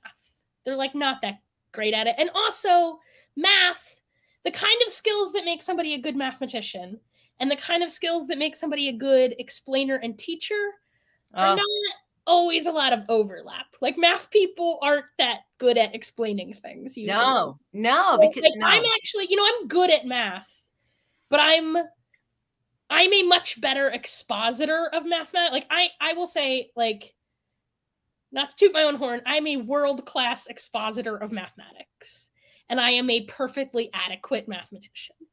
Right, but I explain shit good. I talk pretty. I'm good at the fling. Like, I got you the talk pretty one day. Yeah, like I can devil tongue, and I can devil tongue about calculus, like because it's awesome. So I can make being able to explain a fucking concept to someone is so fucking important. Mm-hmm. It's I have taught entire classes based just on books that I have read that nobody else could decipher. Mm-hmm. Exactly. So I try and bring that to like the same way that I think about teaching math. That's how I teach witchcraft too.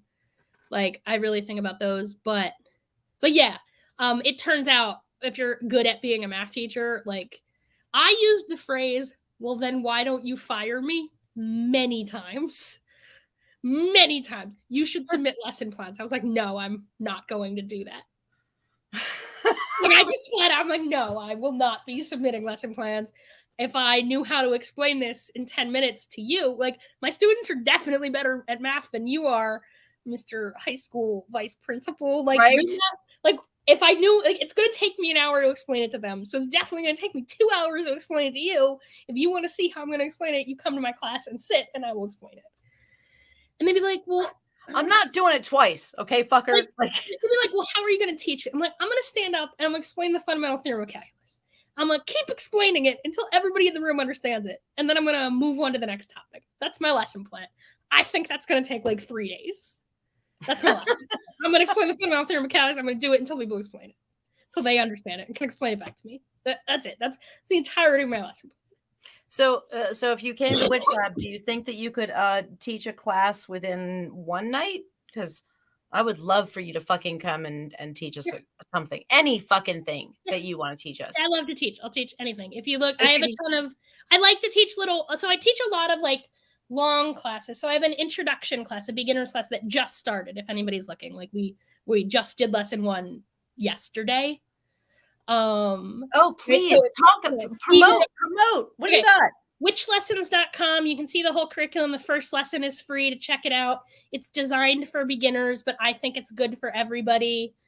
I really like teaching beginners because I just sort of imagine, like, remember what I was saying about when I was teaching math? I just try to be the teacher I wish I'd had. Yes. Same deal when I'm teaching witchcraft. And that's not the perfect teacher for everybody, right? Like, there are some people who are going to look at my class and be like, oh, this isn't for me. I'm like, cool. Like, learn from somebody else. I'm like, I just teach the way I wanted to be taught, which is really focusing on like skills, right? We were saying that when we got into witchcraft, it was hard. You had to like dig for like an actual magic.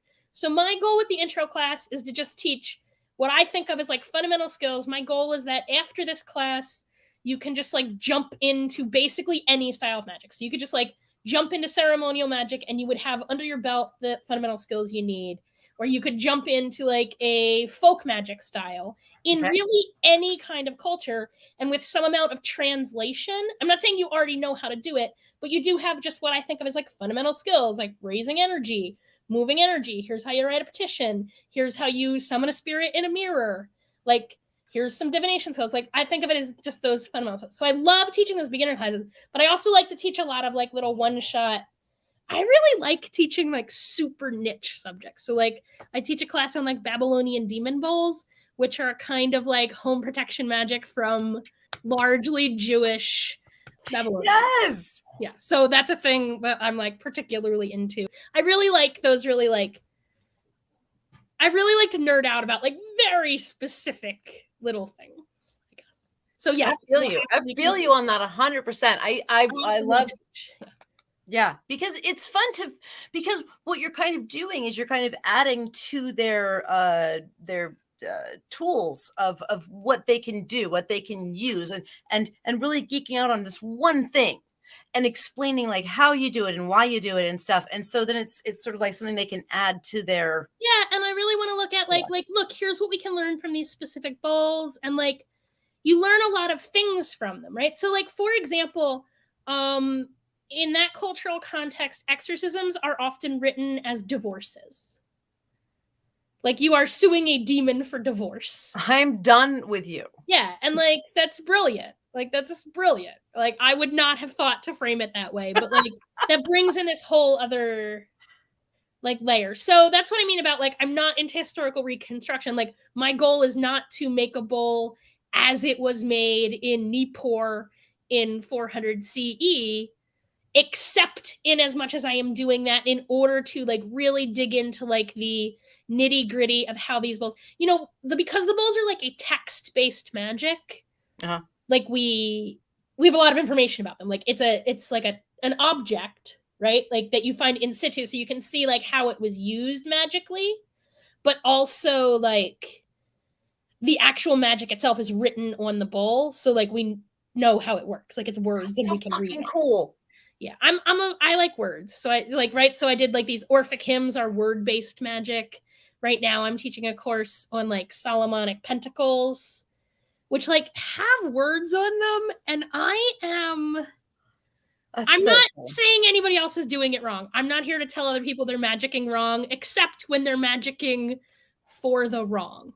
You know what I mean? Like if your magic is like making the world worse, you're fucking. Except when you're doing it wrong. Stop it. I mean, I'm not saying you're like bad at magic. I'm saying you're a bad human, and I don't want you to be doing these things that you are doing. Like, stop. Like if somebody's somebody can be an asshole and a good magician, and somebody can be like a really good, absolutely fucking true. Right, and somebody can be like a really good, upstanding person, but maybe just be like wrong about magic. But whatever. I'm not that invested in telling other people what to do, except when I'm their teacher. So if somebody wants to come sit in my class, I will happily tell them when they're doing it wrong. But other than that, I don't care. But like, you know, these Solomonic pentacles, they have words on them. And I feel like people who aren't me are maybe like, seem not that interested in what those words say. Which to me so fucking important. I'm so excited that my camera's falling. No, that's so important. Like that is so fucking important. Like the words on it are part of the goddamn spell. I mean, right? I would argue they're like most of it. Like that's the like I understand Hebraic magic in particular to be primarily a like word and name based magic. And more recently, I think of my primary magical calling as what I call hermeneutes, which is a Greek word that is often translated as interpreter or translator. But it's a really, it's sort of a, I mean, it's a job description. Like it's an epithet of some gods, right? Particularly Hermes, as you might imagine, hermeneutes. A hermeneutes is like a Hermes onaut. It's a person who Hermes is. And it's like a translator, but it's also like an interpreter or like a go-between. And so I really think of a lot of my work as being like translator for the spirits. Right? So I translated some Orphic hymns, but I'm not, my goal, you know, when we talk about translation theory, there's sort of like broadly two tactics, right? There's like a very literal, what's called a mechanical translation, by which I don't mean like our modern like natural language processing software kind of translation, although also that. Mechanical just translation means that the same like word in the origin language, you always translate the same way, right? But that's not... There is an important role for that kind of very academic and literal translation, right? But like, I feel like particularly when you're talking about like magical poetry, maybe that's not how poetry works. And it's also not how magic works. So there's like a complex kind of interpretation where like,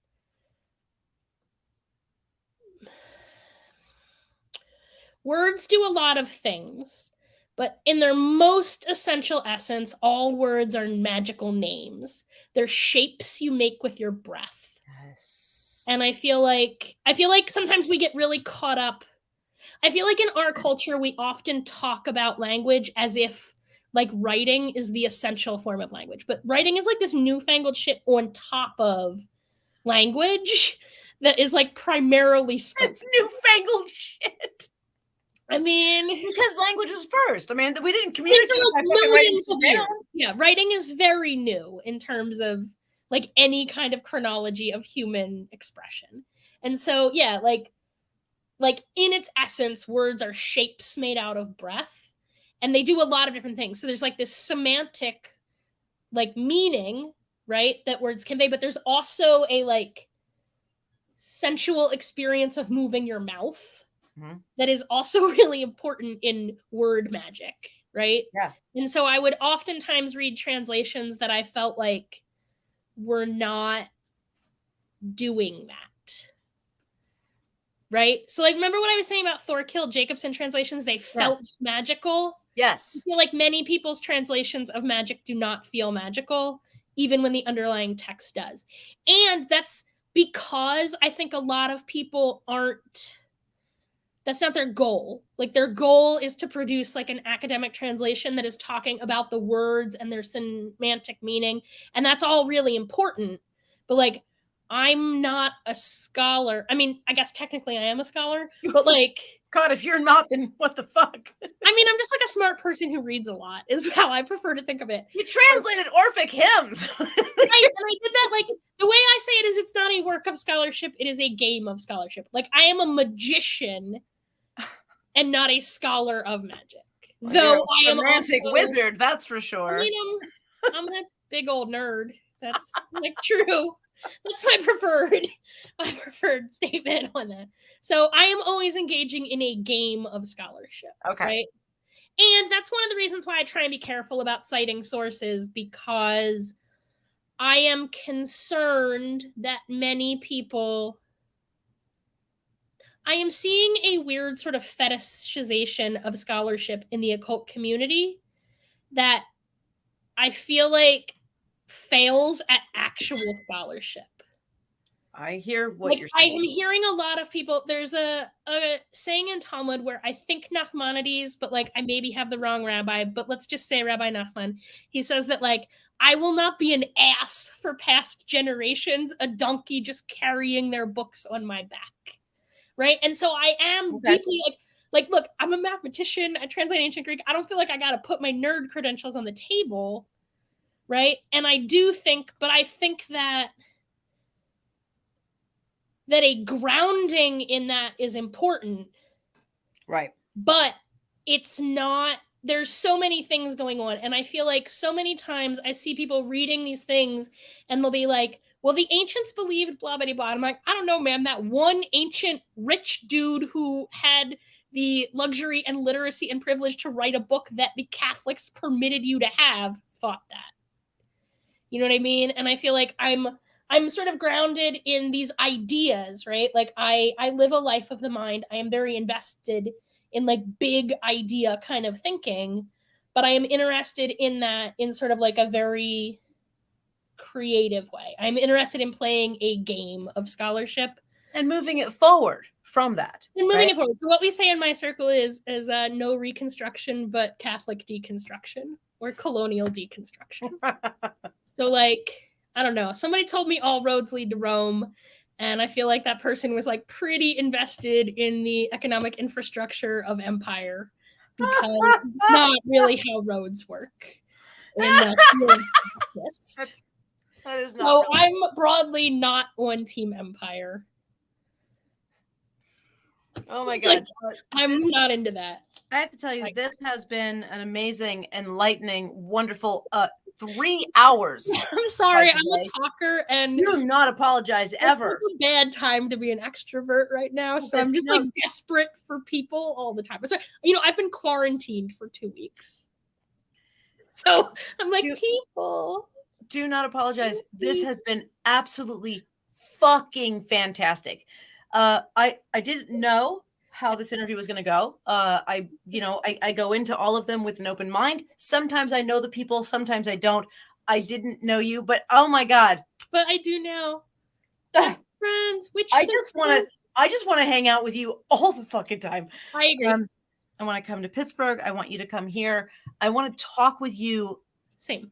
I want to do all Endlessly. of these things. Endlessly. Yes. I want to talk with you endlessly. And I want other people involved too. I want a quorum. And I agree. I want like a whole abbey full of witch sisters where we just do this all the time and somehow people give us money for it. So this is okay. So to be fair, I am trying to wrap up the show because we are. Yeah, I'm sorry. No. But here's a thing that I have felt has been lacking. It's something that I've been feeling for a while, and that we are lacking a temple. I agree. We are lacking a place to go. We don't have, as witches. I mean, as witches here in Columbus, like I'm not, there are people who are way further along this like community building path than I am. Like I'm not the first person doing this. Sure, but we need more. We need so many more. We are lacking this. Like if there were a sort of temple of sorts here in Columbus that like was staffed by nuns like yourself, we lack a beacon. That's my dream. Like I'm gonna light that torch, but I will say, as you have noticed, I definitely need somebody to be doing some like logistics for that. Your outreach sucks. Because I don't want it. I mean, does it? Because yes, it does. I had to work so hard to find out anything about you today. I mean, you could have just asked me. Well, but I like to, I like to go and see what you've got out there. No, I'm terrible. I'm bad at it. I'm not. Look, but I don't find that to be attention whore. But I'm also not real comfortable. I understand that effectively I make a living by running a cult of personality around myself. And that is not a bad thing, friend. Deeply uncomfortable about that fact. Like I don't it's impressive. I'm uncomfortable with it. Like it's not that I don't like being at the center of attention. I have seen many people allow themselves to be subsumed by their brand. So I'm just me, and I maybe do a lot of weird different things that don't match up with each other. And I'm like not that invested. As long as I can buy fruit trees and like support people, like I have 12 fruit trees. Yeah, I mean, like, as long as I can put food on the table for me and I can keep a roof over the head for me and also for other people in my community who are struggling,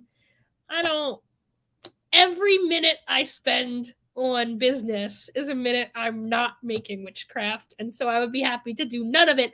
But I do have this fantasy where there are people who like doing that kind of thing. You just have to find them. Yeah, so maybe the goddess of the Crocopaplos will like appear to them and be like, you should be a witch nun and you can be in charge because Sarah just wants to be irresponsible. Like, I don't want to be in charge. Like, I actually don't.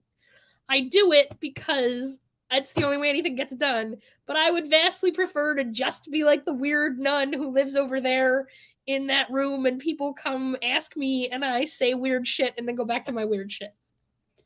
But instead I do some bookkeeping and write books and stuff because... You do lots of bookkeeping.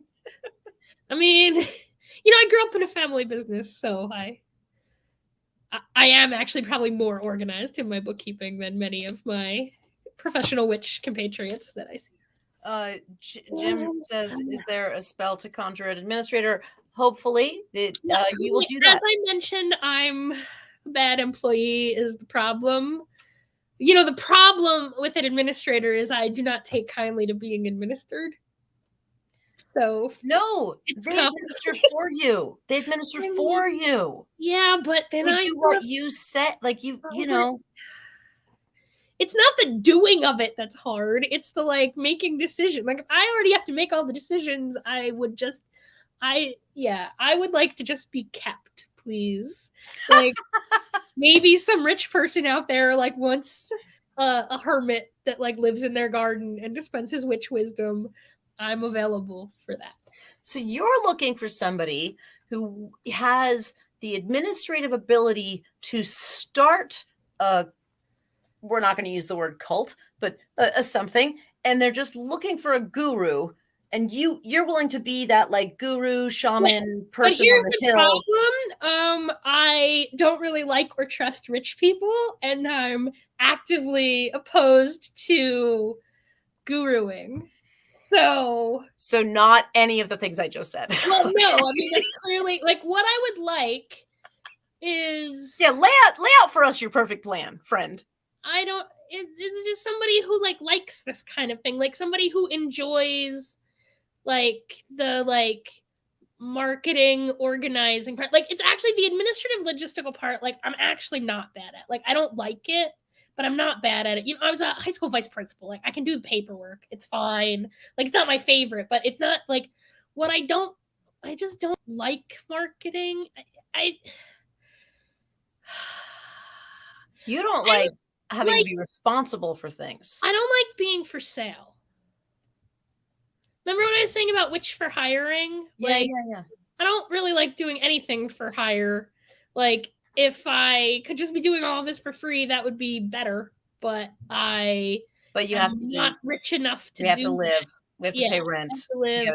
All of those things. And so yeah, it'd be dope if somebody wanted to like be my marketing manager. That'd be cool. If I could just be like a WitchLab brand profit, that's fine. Like I'm just like a whack, like I don't, but I am a bad employee. So like I'm a difficult collaborator. I understand. I'm a difficult collaborator because I demand things be done well and also don't want to do them. Like I'm lazy and also a perfectionist. I feel like there is a perfect role for you somewhere. Yeah, I mean, I just need more people who want to be witch nuns, and like the logistics, honestly, like I will take care of it. Like it's fine. You want a patron? Yeah. No, I want a patron who. You want someone to fund what you're doing without telling you what the fuck to do. I mean, yeah. Okay, here's the thing about patrons is they have opinions on what I should do. So no, like, has anybody read any of those stories about how an artist's relationship with their patron is? Like, no, I don't want somebody to own me. Like, I don't want to be owned. So you need what is it that they have in great What I really want is a kid with a trust fund who also has a calling to be a nun. That would be ideal. And they're like, I'm gonna take my family fortune and build a witch monastery with it. That'd be dope, I guess. But like, you know, it's not as expensive as all that. Like, I will say, like, you know, living communally is much cheaper than living individually. Like, being a nun is not expensive. Actually, it turns out, like, you know, living simply is like just not. What do you gotta buy? Candles, rice? Come on. Yeah, like right. I mean, so like, it's really just about people. I just want people who are committed to it. But I had a calling, and I would not want someone to do this without a calling.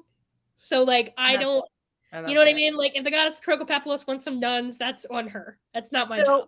So the point is, you need to get the message out to enough people that it will resonate with the right people, and they will come to you and bring the things that you need. Yeah, I imagine at some point I'll write a book, but I don't. Here's the thing. I would prefer to let it grow really slow, because once I say, like, the thing is, once I get my message out, it's my message and not our message anymore. So like, I want to keep things really, like, I don't want to build it too much because I want other people to build it with me. Like, I am committed to the idea that this is a collaborative endeavor, and I am waiting for collaborators. But I'm a difficult collaborator, as I demand people actually do things and not just talk about doing things. Okay, so listeners, if you are willing to work hard and listen to the very wise teachings of Sara Mastros, then you can be part of the group that she is creating. Okay, we have to wrap this up. People are going to bed. I'm People sorry. people are literally leaving us right now. Yeah, no, I mean, I need to go to bed too. I'm sick. I know, me too. Me too. But wait, before you go, yes, let's tell people how they can find you and how they can find the organization that you're working on. Witchlessons.com is the easiest way to find me. It's super easy. But also, as I mentioned, I'm the only Sara Mastros in the world. So if you put Sara Mastros in quotes into Google, everything that will come up is me. crocopeplos.org. You can look for the website. Somebody said it was down, but it seemed like it came up for me. So I'll look into it. But they can just send me an email, sarah@witchlessons.com. They can find me on Facebook. Sarah@witchlessons.com. Yeah. And no H. Technically, my name does not have an H in it, but I'm not stupid. So Sarah with an H at witchlessons.com will also come to me. But it'd be better if you spelled. You are fucking awesome. I love you. You are so fucking smart. I mean, I've had this name for a long time. Fair if enough. It helps anybody, there's like a whole story in the Bible about the difference between Sarah without an A, which means goddess, and Sarah without an H, and like Sarai and Sarah. There's a whole story in the Bible about it and how like the priestess of Ishtar like becomes the princess queen of Israel. There's like a whole story about it, about how those are different names. And my name's Sarai, not Sarah. But you can spell my name any way you want, and I'll figure it out. All right. Well, I love you. I think you're amazing. Yeah, and we will. I really enjoyed meeting you. Definitely have you back. Yeah. Everybody who's watching, thank you so much for sticking with us. I think this is one of the longest shows we've had. It's almost midnight, motherfuckers. It is. This is awesome, right? And it has fucking flown by. Same. I just want to like hang out with you all the time. Oh my god, I can hang out with you all the time. Like we have people watching still. It's amazing. And we are So I'm gonna let us everybody go to bed. I love you all. We're gonna end it now. Listening. We'll talk to you all soon.